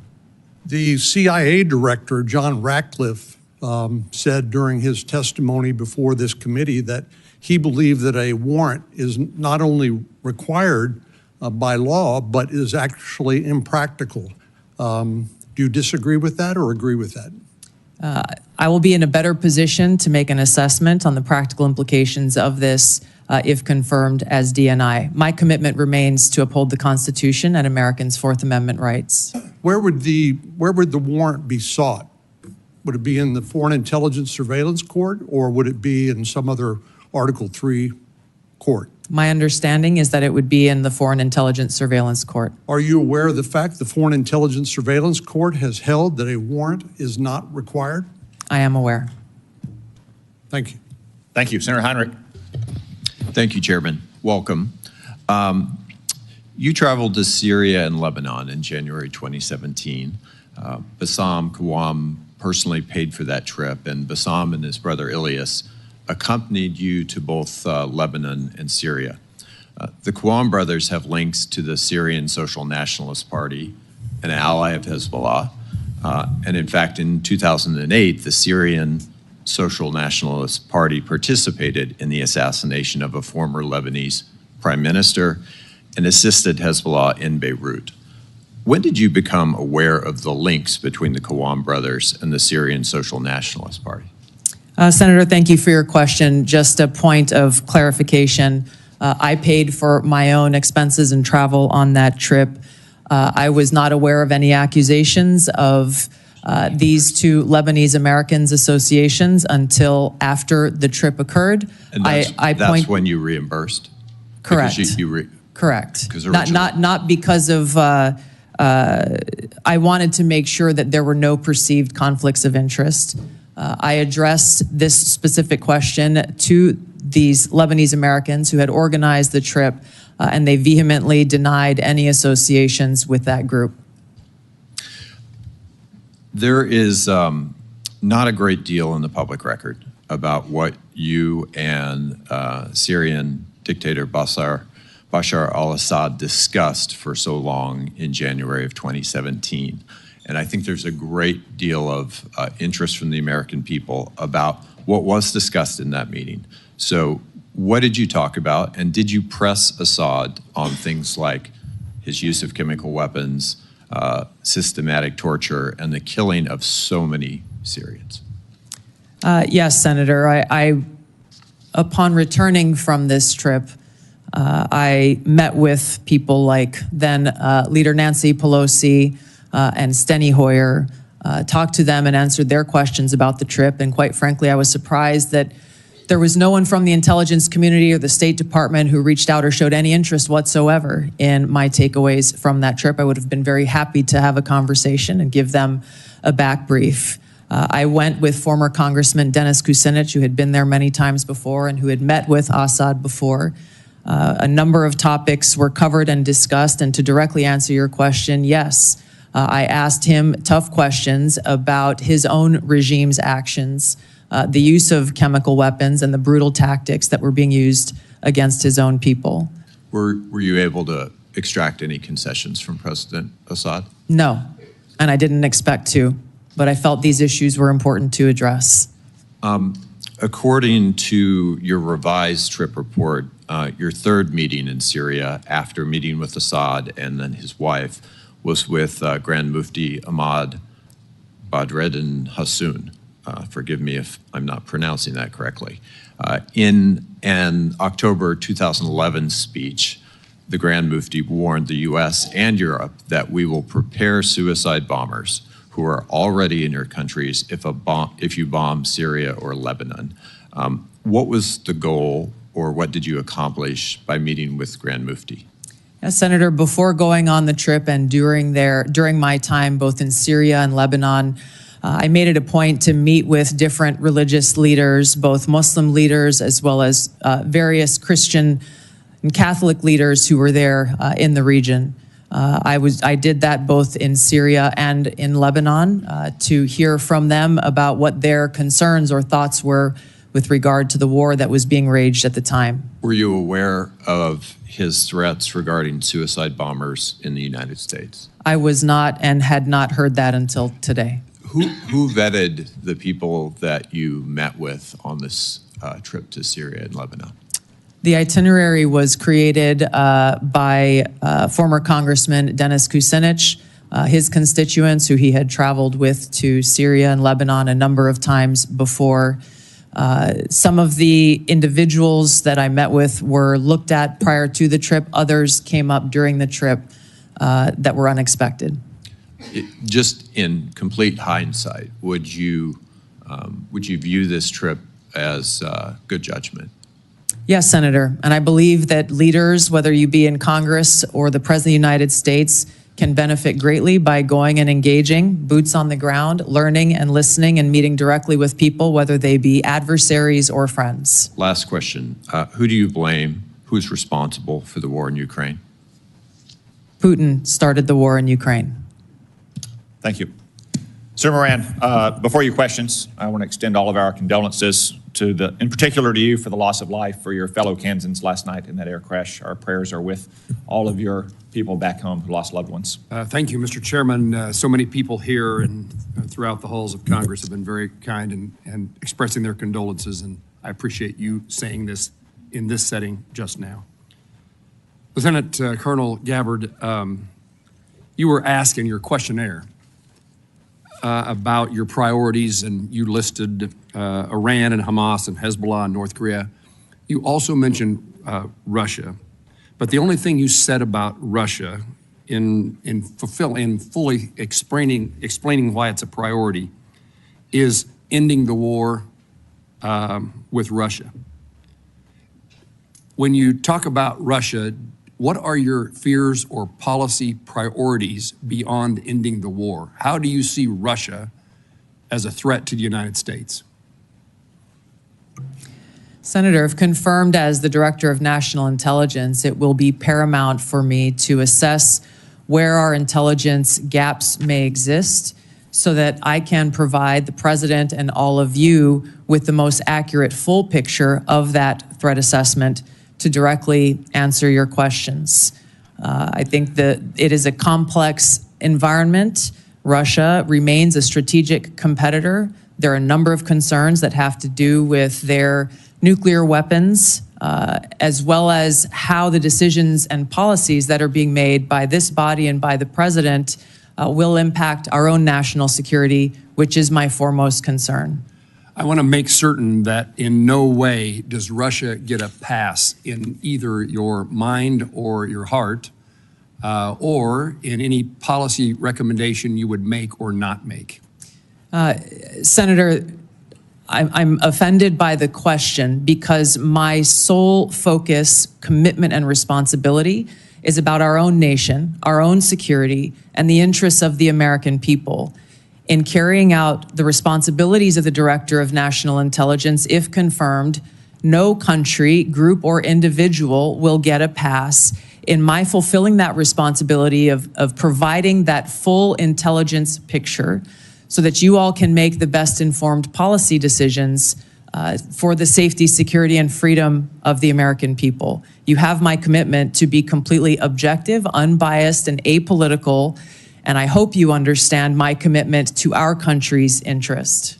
I absolutely do. You have answered my question in the manner in which I wanted to hear, that you will do this in an objective manner, provide the information necessary, and that Russia, if it's a threat, you will tell us so and tell us the details of that threat.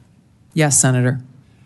How would you restructure the national intelligence priority framework to better align with President Trump's national security goals? Senator, this is a discussion, if confirmed, I look forward to having with the President and his national security advisor, again, based on the threat assessment and based on the President's priorities. He has spoken about a number of different priorities in different parts of the world.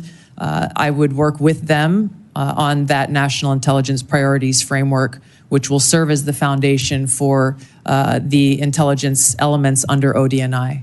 Any recommendations that you have in mind to make to President Trump in that regard? I want to make sure that any recommendations that I make to the President are fully informed. From where I sit now, I don't believe that I can make those recommendations. I take that responsibility seriously and wouldn't want to shortchange him without first doing the due diligence and work to make sure my recommendations are well-founded. How will you, Lieutenant Colonel, as the DNI, if confirmed, meet the objectivity and political neutrality requirements to ensure that you're telling the White House what they need to hear and not what they want to hear? A follow-up to that is, how will you handle conflicting intelligence reports from the various members of the intelligence community and present a broad intelligence picture to the President? Yeah, thank you for the question, Senator. I hope that you have confidence in my ability to extract politics from what my role will be as Director of National Intelligence, because it's something I've done for almost 22 years now of wearing the uniform, both serving in the National Guard and the Army Reserve, even while holding political office. There is a brick wall between the two, and I have fulfilled that obligation in uniform, as I will as Director of National Intelligence if confirmed.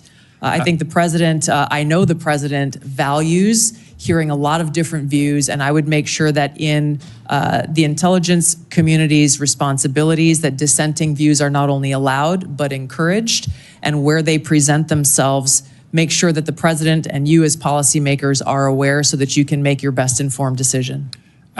Would you agree with me that bias and prejudice, if it exists any place, exists in both sides of an issue, both partisan sides of this place called Washington, D.C., and the goal, the effort that you will make is to make certain that all the information is presented in a nonpartisan, direct, and manner based upon the facts as known? Yes, Senator, I agree, and you have my commitment. This is essential for the American people and all of you to have faith and trust in the intelligence products that are being delivered. One of the greatest challenges is knowing who's telling us the truth, and we need a DNI who tells the truth. True? Yes, I have a long record of speaking truth to power and would continue that commitment if confirmed in this role. Thank you. Thank you, Senator Moran. Senator King. Thank you, Mr. Chairman. And Ms. Gabbard, I certainly want to applaud and express my appreciation for your service, both in the military and in the Congress. Two very challenging jobs, and I want to thank you for that. I noted that Edward Snowden was in Hawaii, of all places, for a year and a half before he fled to Hong Kong and then on to Russia. Did you ever meet him or have any contact with him during that period, or subsequently with telephone calls, emails, Zooms, contact with he or his lawyers? No, Senator, not at any time have I had contact with Edward Snowden. And you introduced a bill in 2020 that was essentially a pardon. It basically said all charges should be dropped. You had a lot of whereases in that bill. Where did the factual basis for those whereas clauses come from? Senator, if I recall, in that bill, it came from publicly available information. I see. And were you aware that there was a bipartisan committee report from the House Intelligence Committee in 2016 on Snowden's activities? I don't recall specifically at that time, but I am aware of that committee's report and executive summary that was reported publicly. I did not have access to the classified report that summary was based on. Did you read that report prior to filing your bill in 2020? Senator, I don't recall specifically. I remember reading a lot of materials prior to filing that bill. Well, the bipartisan committee report, the first item, Edward Snowden perpetrated the largest and most damaging public release of classified information in U.S. intelligence history. Goes on to say Snowden caused tremendous damage to national security, and the vast majority of the documents he stole have nothing to do with programs impacting individual privacy. But you don't recall ever seeing the work of that committee? I'm aware of those conclusions drawn. Edward Snowden. Were you aware at the time? Yes, I was, Senator. Edward Snowden broke the law. There's no question about that. He should not have released all of that information that caused that harm. There's no question about that. How many documents did he release? I know that he took over 1 million documents. I don't know specifically how many of those million he specifically released. Well, you stated very unequivocally today, Snowden broke the law, but you introduced a bill in Congress along with Congressman Matt Gaetz to essentially pardon him. So he broke the law, but it wasn't all that serious? Is that what you thought in 2020? I take very seriously upholding our Constitution and have sworn an oath to support and defend that Constitution over 8 times in my life.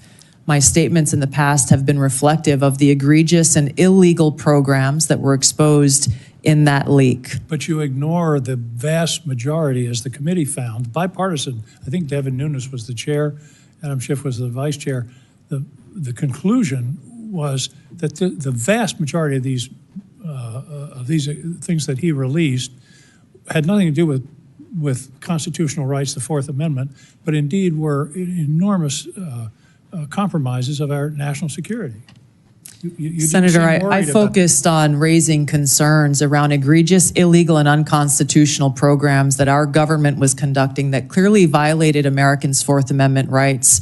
I think the most important thing that I hope all of you find to be relevant here is that if confirmed as Director of National Intelligence, I would take seriously the responsibility to protect our nation's secrets, just as I have for almost 20 years of holding a security clearance of some sort myself, either secret or top secret, and have never once violated the responsibility and privilege that comes with holding that clearance, and have a specific action plan in place to make sure that there is not another Snowden-type leak in the future. I think you testified that you never saw the classified version. There's a heading that's not classified that says, what damage did Snowden cause?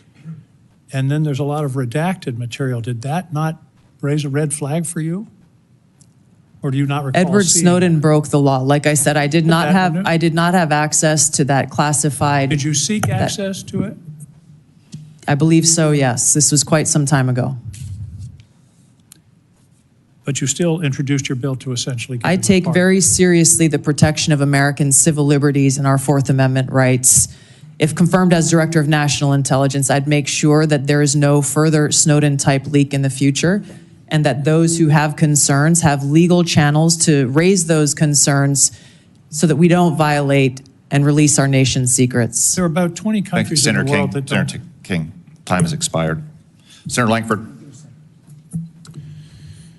Tulsi, it's good to see you again. Thanks for the time. Thank you. That we got a chance to be able to spend together and be able to talk through a lot of these issues. Thanks for your service to the country, both in Congress, though you were in the wrong party at the time, and your service to the country through your service there, including in my great state in Oklahoma, that you had the opportunity to be able to serve there.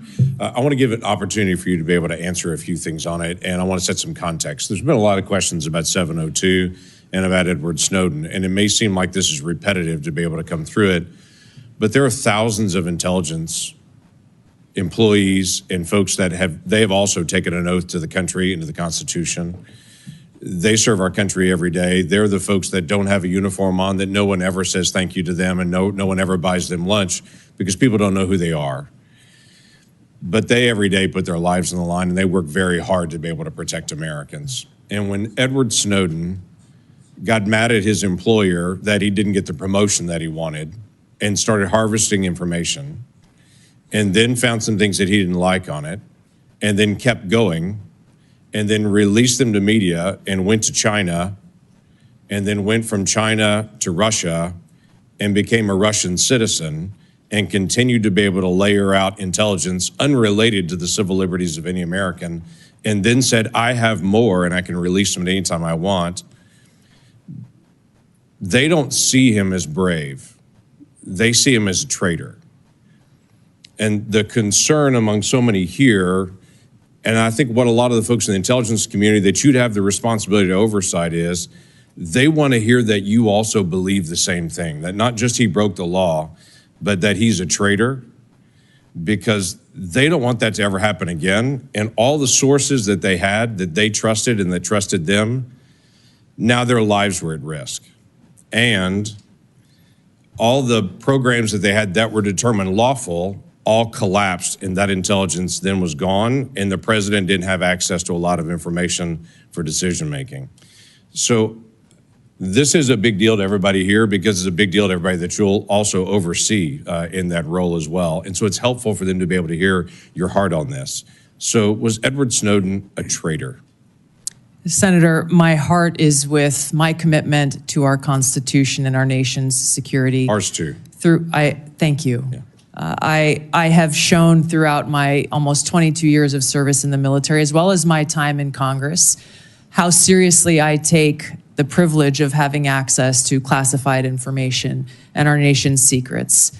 And that's why I'm committed, if confirmed as Director of National Intelligence, to join you in making sure that there is no future Snowden-type leak. And I would do so by taking 4 specific actions. Number 1, again, to make sure that there are no illegal and unconstitutional programs. Limiting in a big way those who have access to our nation's top secrets through security clearance reform, making sure that every single person in the workforce knows about the legal whistleblower channels available to them, and making sure that there's a direct line available to me should anyone have concerns. If people choose to step outside of those legal channels to raise any concerns about programs or actions that exist within the intelligence community that are classified, there will be no excuse to do so, and they should be charged and prosecuted under the law. Was he a traitor at the time when he took America's secrets, released them in public, and then ran to China and became a Russian citizen? Senator, I'm focused on the future and how we can prevent something like this from happening again. So you would have the responsibility to be able to give counsel to the president, which is a great privilege. You already have his ear, quite frankly, and y'all have a great relationship on that, which is very beneficial. But when President Trump chose to take the strike on Soleimani, he was also at that same time going through an impeachment in the House. And you were kind of tough on him at the time about that. You called it a declaration of war. You said that the Soleimani strike will lead to an outcome that will further undermine our national security. As a member of Congress, I also take seriously declaration of war and our responsibility in that. He was acting in a way that he came out and the intelligence gave that Soleimani was in the process of preparing a strike on American citizens and those folks that were in the field at the time. I guess the question that I have is, the ODNI will sit with the president, will provide options to the president and say, here are the options that you could take.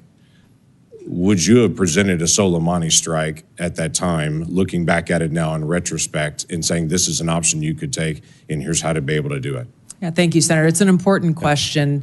If confirmed as Director of National Intelligence, I would make sure that the president has all of the objective analysis and intelligence reporting so that he can make that best informed decision, including all of the options and actions that he has available to him, which should exist alongside an assessment of what the possible repercussions or responses to those actions may be. My own personal views have no place in that assessment and that providing to the president and his advisors with all of those options available. Thank you, Senator Langford. Senator Bennett. Thank you, Mr. Chairman. I would like to repeat my colleague's question to you. Thank you for being here. To answer these questions and for your service. Was Edward Snowden a traitor to the United States of America? Senator, I will also repeat my answer. He broke the law. You said earlier that you were offended by a question that my colleague from Kansas asked, which I think was his duty as somebody on this committee to fulfill his responsibility to advise and consent. We are not here to be a rubber stamp for the President of the United States. So let me ask you again, do you believe, as the chairman of this committee believes, as the vast majority of members of our intelligence agencies believe, that Edward Snowden was a traitor to the United States of America? Senator, if confirmed as Director of National Intelligence, I will work with you to make sure that there is not another Snowden like leak. Media. It's not a moment to propagate theories, conspiracy theories, or attacks on journalism in the United States. This is when you need to answer the questions of the people whose votes you're asking for to be confirmed as the Chief Intelligence Officer of this nation. As my colleague said, this is not about you. It's about the people that serve the intelligence agencies of the United States.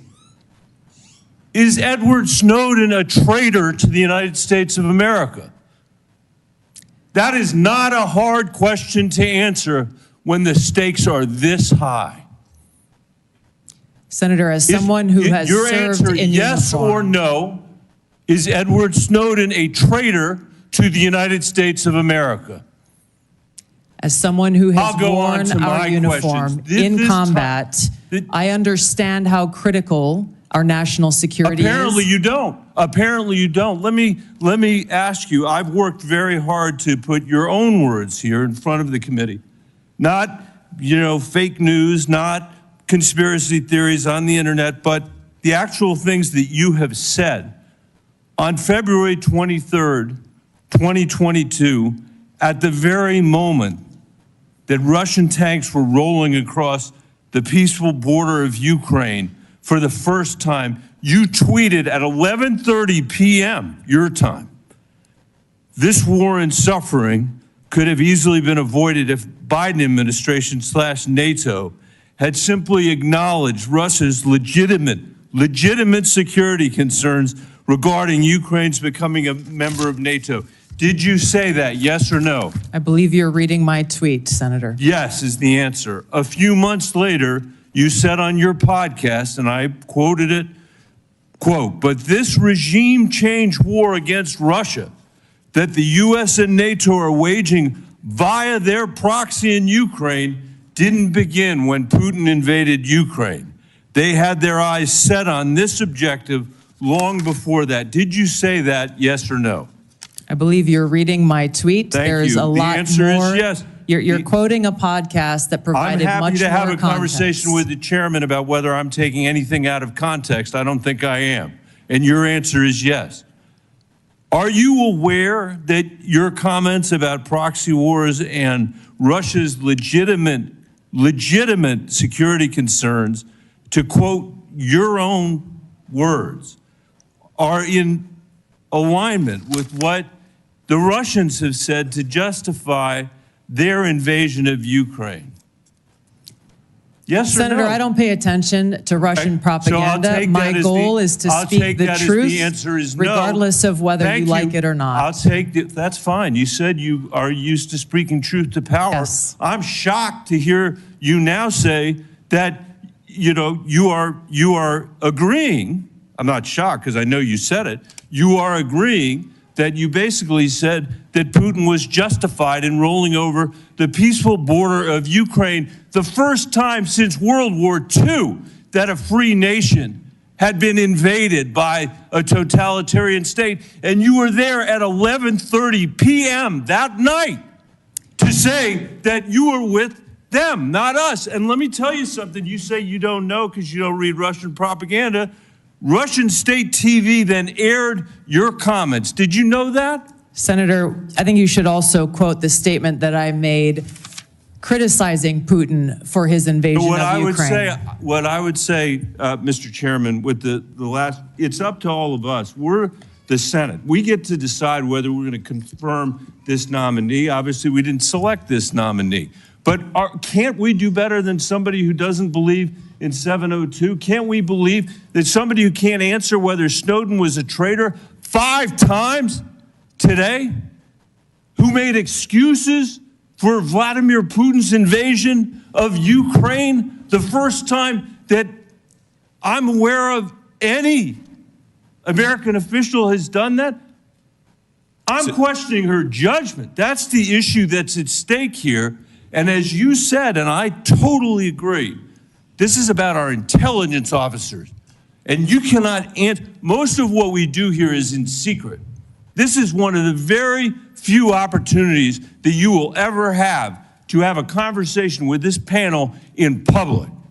And the record is going to be very clear about the position you took with regard to Edward Snowden. And the record is going to be very clear about your reaffirmation of the statements you made in the middle of the night when Russia was invading the free country of Ukraine. And I hope we will take that in consideration when we have this vote. Your time has expired.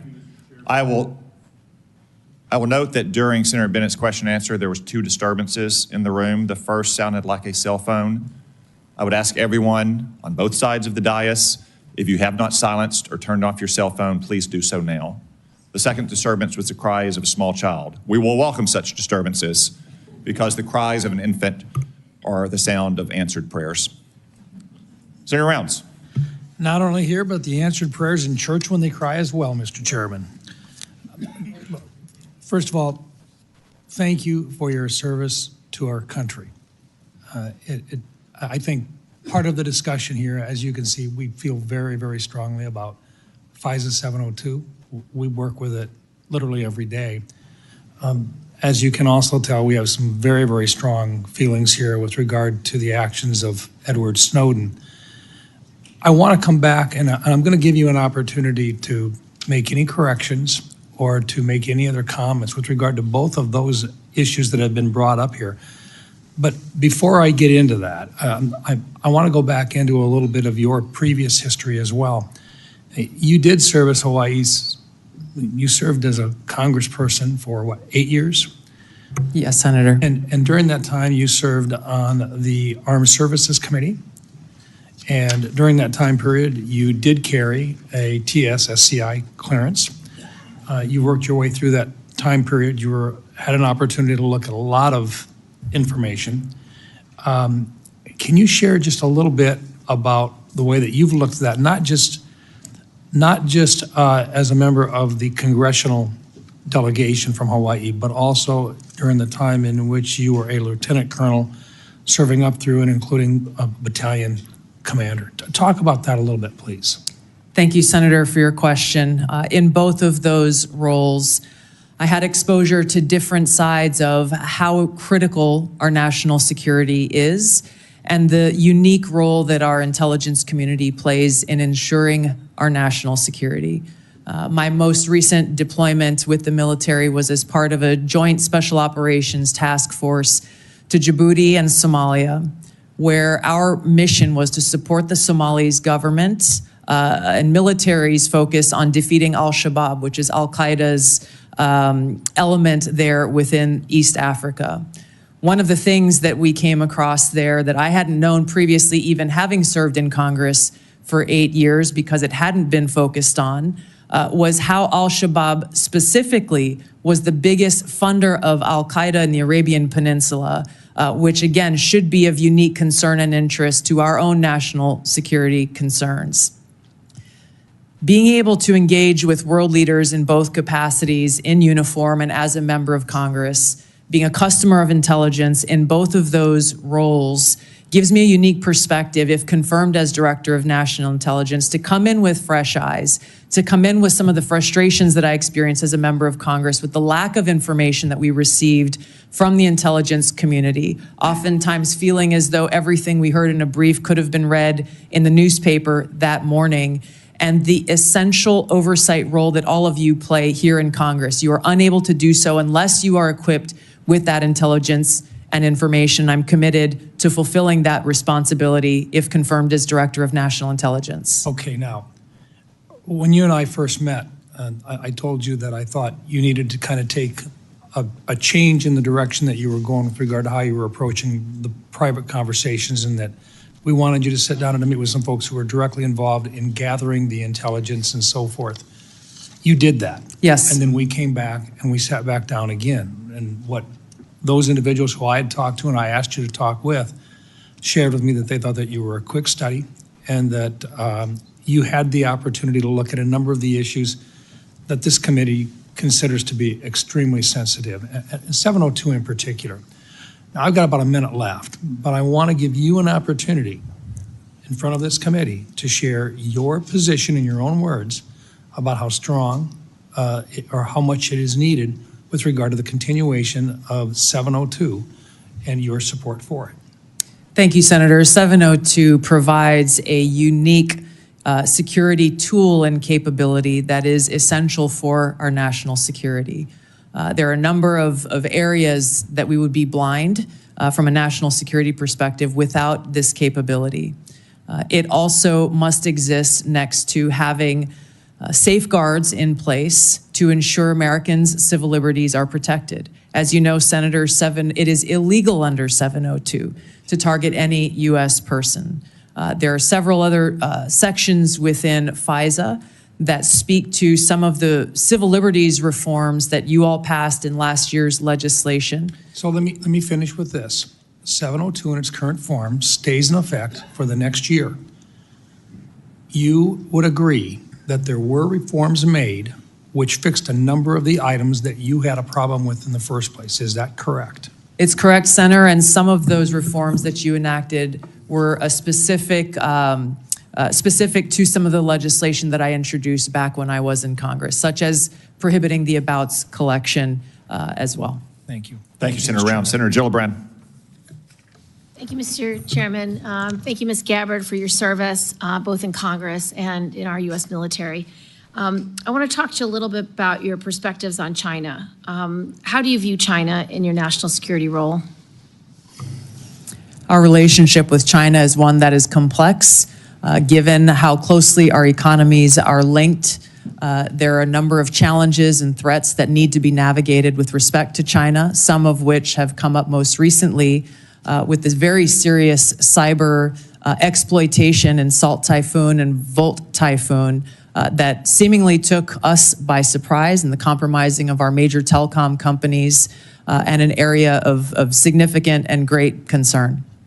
So some of your past statements that are relevant to China are concerning because I don't think it fully appreciates China's perspective towards the United States. For example, with regard to TikTok. Your past statements have essentially said that requiring domestic ownership of TikTok is a violation of civil liberties, and the national security concerns are complete BS. Can you explain why you have this view on TikTok? The position that I previously made, obviously not as a member of Congress, as you consider the TikTok legislation, were centered around the protection of Americans' First Amendment rights and the lack of data privacy legislation, frankly, that would apply to TikTok, Facebook, X, all of these different social media applications that collect on us as users of these applications. There were other provisions within that legislation that granted very vague and grandiose authorities to the president on deciding which private companies are or are not a national security threat. So let's talk about China specifically, because this is where I want to make sure you understand what's at stake. We've had concerns over many years that when China owns infrastructure, it can manipulate that infrastructure. It can use it for spying. It could use it, turn it on or off. And you've actually addressed some of the most recent cyber attacks that we believe China had relevant participation. The challenge is if China owns TikTok, it means they can spy on the United States, on the American people. It can take all the data from our children. It can change the narrative about what people are talking about through their algorithms. If it wants to create misinformation or malign foreign influence, it's very easy. So can you understand why it's so important that we require domestic ownership of TikTok? I understand the concern, Senator. I would just reiterate some of my concerns that I stated in the past about how this really is an issue about data privacy, because so much of what is collected by all of these, even U.S.-owned companies, can be sold to any country. I get it, and that is a bigger issue for Congress to wrestle, and I am all in for that conversation. But I want you to appreciate China. What is your view with regard to Taiwan? Do you think it is something that your intelligence efforts will understand how important our relationship is with Taiwan, specifically on chips manufacturing? I think President Trump has most recently decided to have a 100% tariff on all chips from Taiwan. And your statements, particularly about the bill we passed, the CHIPS Act, to make sure that domestic production is invested in, and so that we have that supply chain, and so we have that national security. But your public statements about the CHIPS Act have been very negative and don't seem to appreciate how important that independence is for our national security, to be beholden to China, to be beholden to Taiwan, to be in a place where we can't do our own national intelligence. Yes, Senator, I fully support the investment in building and strengthening our own domestic capabilities. If I recall, that legislation had a lot of other provisions in it that had nothing to do with the production of our own capability, and I felt were a distraction away from and a potential obstacle towards achieving that. So you will recommend to the president that we continue to invest in the semiconductor industry in the United States for our own independence as well as our own national security? Yes, Senator, and I would base my recommendations on a number of these, all of these issues, if confirmed as D&I, based on the full assessment of the intelligence picture so that the president understands the ramifications and the potential cost towards any one of these policy positions that he will make and all of you will make. And last, I want to return to the Soleimani strike. At the time, you said it was illegal, that President Trump did was illegal, would cause very significant problems down the line. What is your position on that strike, and will you be able to advise the president in future issues with regard to national security? Those broader issues that I raised with regard to war powers, I have been consistent on. I didn't have access to all of the information behind that strike. at the time, and my concerns were that that may be an escalatory action. President Trump was right. There was no escalation beyond that, and his policies towards Iran turned out to be very effective for our own national security. Thank you, Senator Gillibrand. Do you disagree with the president taking away the protection for those who are now being targeted in retaliation for the Soleimani strike, such as previous Secretary Pompeo? Senator, I can't answer that without being able to look at the intelligence assessment and the threat assessment for that or other decisions. Thank you, Senator Gillibrand. Senator Young. Tulsi, good to see you. We had a nice visit in the office. Thank you. Appreciate you being here today. It was clear from that visit in the office that we share a lot of concerns about ill-advised foreign regime change interventions, about the weaponization in certain instances of our domestic law enforcement and intel authorities. Let me talk about something, Edward Snowden, on which we may not agree. It's been recognized he fled overseas with the numbers 1.5 million classified documents. He shared them with the press. He absconded to China and Russia.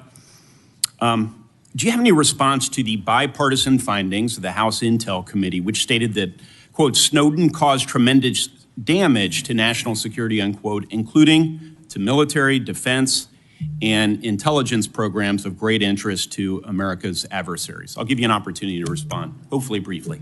Thank you, Senator.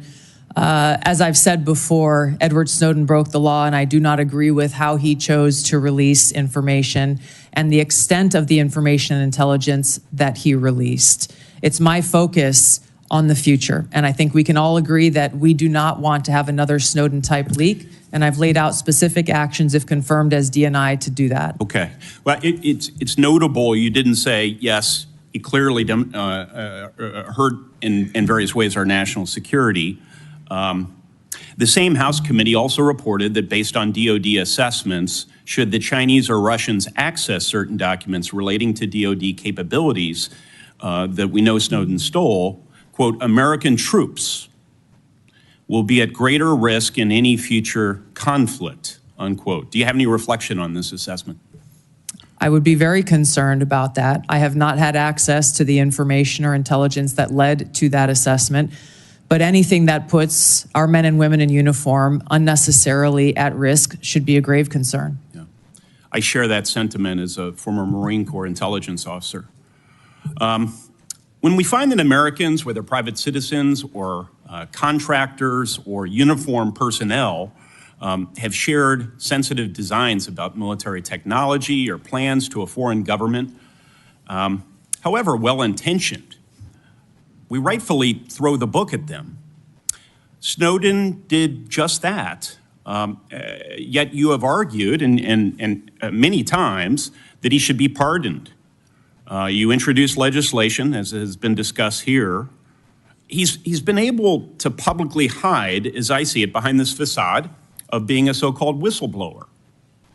But he likely endangered American lives through his actions. So, as the leader of the intelligence community, how would you think you would be received based on some of these past actions to support or even to pardon Edward Snowden? Rank and file intelligence analysts and intelligence professionals. How do you think he'll be received? I'm grateful, Senator, to have received letters of endorsement and support from many current and former individuals who've worked within the intelligence community, those who've worked or are still working within our military, because I believe they trust that my goal, my sole goal and interest is in our nation's security and upholding our oath to the Constitution.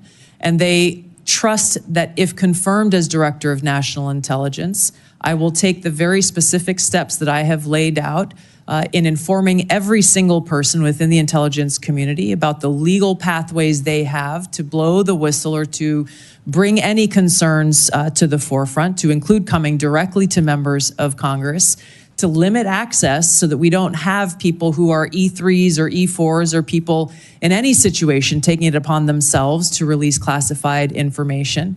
giving them a direct line to me to once again make sure that we are all fulfilling our responsibility to Tulsi, ensure was- our national yes. security and uphold our Constitution. Thank you. Tulsi, was Edward Snowden false to an obligation or false to a duty? I don't understand what you're saying. False? Yes. Did he betray a duty? Did he betray the trust of the American people? Which is, according to Merriam-Webster, that's the definition of a traitor. Edward Snowden broke the law, and he released this information in a way that he should not have. He also acknowledged and exposed information that was unconstitutional, which drove a lot of the reforms that this body has made over the years to make sure that Americans' constitutional rights are protected. Well, for what it's worth, Mr. Snowden is watching these proceedings. He's posted on social media even, indicating that Tulsi Gabbard should indicate that I harmed national security. This may be the rare instance in which I agree with Mr. Snowden. I think it would befit you and be helpful to the way you are perceived by members of the intelligence community if you would at least acknowledge that the greatest whistleblower in American history, so-called, harmed national security by breaking the laws of the land around our intel authority. Thanks, Senator Young. Senator Kelly. Thank you, Mr. Chairman. Colonel Gabbard, I want to first say thank you for your service to this country. Likewise. In Congress and in the Army. And thank you for meeting with me a couple of weeks ago, and thank you for being here today. You're nominated to lead and coordinate across the intelligence community's numerous sources of collection and analytic capabilities.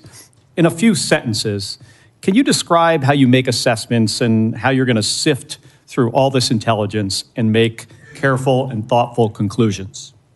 Yes, Senator, there are great professionals who work within the intelligence community. I will build a strong team around me as they present the intelligence reporting to provide to the President through the President's daily brief and to respond to issues and concerns that this body has. I will welcome dissenting voices to be able to make sure that this information intelligence is thoroughly vetted prior to presenting it, and make sure that the truth is reported, whether that truth is convenient or not. Well, thank you, Colonel Gabbard. And I appreciate that. The President and others are going to rely on that. I want to discuss such an assessment made by the IC. For years, the U.S. analyzed evidence of numerous chemical weapons attacks in Syria. Eventually, we were able to assess that Bashar al-Assad was responsible for a number of these attacks that slaughtered his own civilians. Do you accept the conclusion broadly that Assad used chemical weapons against Syrians? Yes, and I'm on the record for years of agreeing with that broad assessment. Thank you. Among the attacks the U.S. assessed Assad was responsible for 2 that occurred in Douma and Khan Sheikhoun in Syria.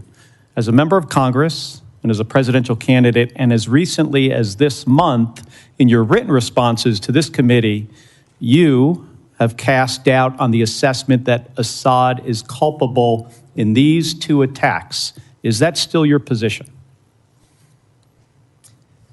Senator, I raised those questions given conflicting information and evidence that was presented at that time. Okay. Well, thank you. So to help inform the public, the Trump administration released declassified intelligence in 2017 and again in 2018. Showing how experts analyzed multiple types of evidence, satellite imagery, medical experts' witnesses, describing sources and showing the reasoning used to determine Assad's culpability in using these chemical weapons, including in Douma and Khan Sheikhoun in these attacks, the ones that you questioned. I have 2 documents I want to submit for the record, Mr. Chairman. Admitted. Thank you. Were you aware of the declassified assessments, the one I referenced? Yes, I was. And as a member of the House Armed Services Committee and the Foreign Affairs Committee, did you take time to review these? Yes. Okay, thank you. And can you explain to me then why you doubted the intelligence community's conclusions in these 2 cases, Douma and Khan Sheikhoun, but not the others? And please be specific. These two cases were being looked at as to be used as a pretext for major military movement, and my fear was a repeat of the deployment of another 500,000 soldiers like we saw in Iraq towards what was the Obama administration's goal, which was regime change in Syria. The question specifically that I raised around these two came about because there were two reasons. One, that assessment was made with high confidence and low information.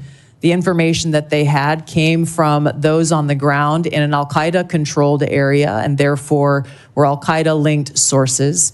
And there was conflicting information that came from the UN's Office on the Prohibition of Chemical Weapons inspectors, as well as an MIT professor, Ted Postel, So I want who to looked talk at about him these for a extensively. second. So did you look into his credentials, yes or no? Yes. And were you aware of his appearances on Russian Today, which is used by the Russians to disseminate government-approved messages? No. Were you aware Postal relied on a chemistry student with a record of defending the Assad regime? At that time, I was not. I have been made aware. I was not. I have been made aware since. Do you consider this person or these two individuals now, do you consider them a better source for the chemistry of sarin gas than the U.S. intelligence community? I assess that at the time, the information, I don't know the second person you're referring to, but MIT professor Ted Postel and the inspectors of the OPCW provided some credible questions that deserved examination. Okay, thank you.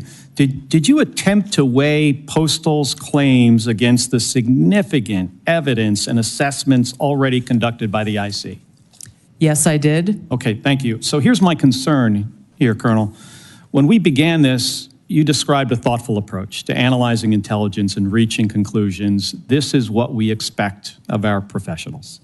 But we just kind of walked through how you came to question Assad's use of chemical weapons in these two cases with a different approach. And I don't reject seeking out differing viewpoints. We need to do that.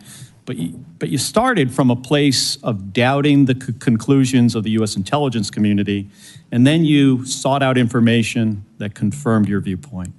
That led you to embrace the opinions of two individuals that I think we disagree on this. You think they had expertise, I do not, and others do not. But these individuals were sympathetic to Russia and the Assad regime. It also led you to minimize or discount the overwhelmingly information that contradicted your viewpoint, including the expert assessments of our own intelligence community. And they don't get it right 100% of the time. I get that. But what I have seen makes it clear that at the same time that you were skeptical of our intelligence community's assessments, you would not apply the same skepticism to information that came from sympathizers of Russia and Assad. And I think that's something that we should all be concerned about. Thank you, and I'm sorry for going over my time. Thank you, Senator Kelly. I want to recognize and welcome to the committee our newest member, Senator Budd, although we all regret Senator Rubio's departure. We're all pleased, as evidenced by the 99-0 vote, that he is now the Secretary of State, and also pleased that we have a great new member on our committee. Senator Budd. Thank you, Mr. Chairman. I'm grateful for your leadership here as well. Colonel Gabbard, great to see you again. I enjoyed meeting you in my office a while back, and I've enjoyed our friendship and our time serving together in the U.S. House. So as you know, Section 3023 of Title 50 states any individual nominated for appointment as DNI shall have extensive national security expertise. You served 4 terms as a member of the House of Representatives, which is a constitutional office, and throughout your tenure, you were a member of the Armed Services Committee and the Foreign Affairs Committee. Is that correct? Yes, Senator. You also served over 2 decades in the U.S. Army, including holding commands at multiple levels and served through administrations of both political parties. Is that correct? Yes, Senator. Throughout your time in the U.S. House and in the Army, you've been both a consumer of intelligence and a policymaker. How important is it for the intelligence community to provide timely, relevant, factual, and objective intelligence to policymakers? Senator, it is nothing less than a matter of our national security. Too often in the multitude of intelligence failures that our country has seen, that objective has not been met. Now, CIA Director Ratcliffe talked about in his testimony before this committee how the CIA's own internal metrics have shown that analytic objectivity has gone down within that organization. This is the very kind of thing that I would seek to address if confirmed as Director of National Intelligence, is ensuring that politics, biases, or personal views are checked at the door. I would lead by example by doing it myself, and ensuring that that intelligence analysis and reporting meets the objective that the President and Congress requires, which is no politics, no personal abuses, and making sure that that objectivity in a timely, relevant fashion is brought to the President so that we can get ahead of problems in ensuring our national security rather than being caught on our heels and being forced to respond to them. Thank you for that. I think it's clear from your background and experience that you more than meet the statutory requirements for this position. I want to switch gears a little bit. There's been a lot of discussion today, and I think it's a necessary discussion about your position on 702, Section 702 of FISA. So I've personally had concerns, and I think we even talked about this when we served in the House together, and I actually voted against its reauthorization when I was in the House. However, I recently voted to reauthorize Section 702 with additional safeguards to end the politicization of the tool and to ensure privacy and civil liberties that they're protected.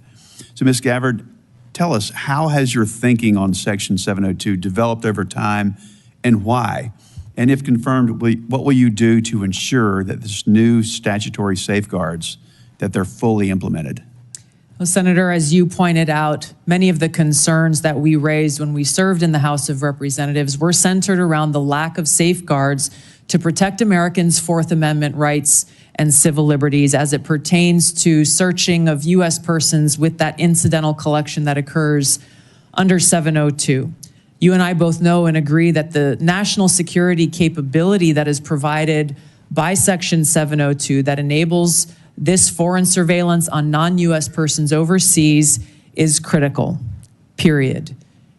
My commitment is to make sure that our national security tools are maintained to fulfill that requirement while also protecting Americans' Fourth Amendment rights and protection against unlawful search and seizure. There are a number of those reforms that you referenced, such as the prohibition of abouts collection, which we brought up when we served in the House, making sure that 100% of U.S. persons by the FBI on this incidental collection are reviewed by the Attorney General herself. There are a number of other reforms that I believe strengthen significantly those safeguards, a number of them that I had worked to try to bring into place when I was in the House of Representatives. I look forward, if confirmed as Director of National Intelligence, to overseeing and assessing the implementation of these reforms and reporting back to you as you begin to consider next year's reauthorization and meeting that mark of ensuring our security and upholding Americans' Fourth Amendment protections. Thank you. Switching gears a little bit, talk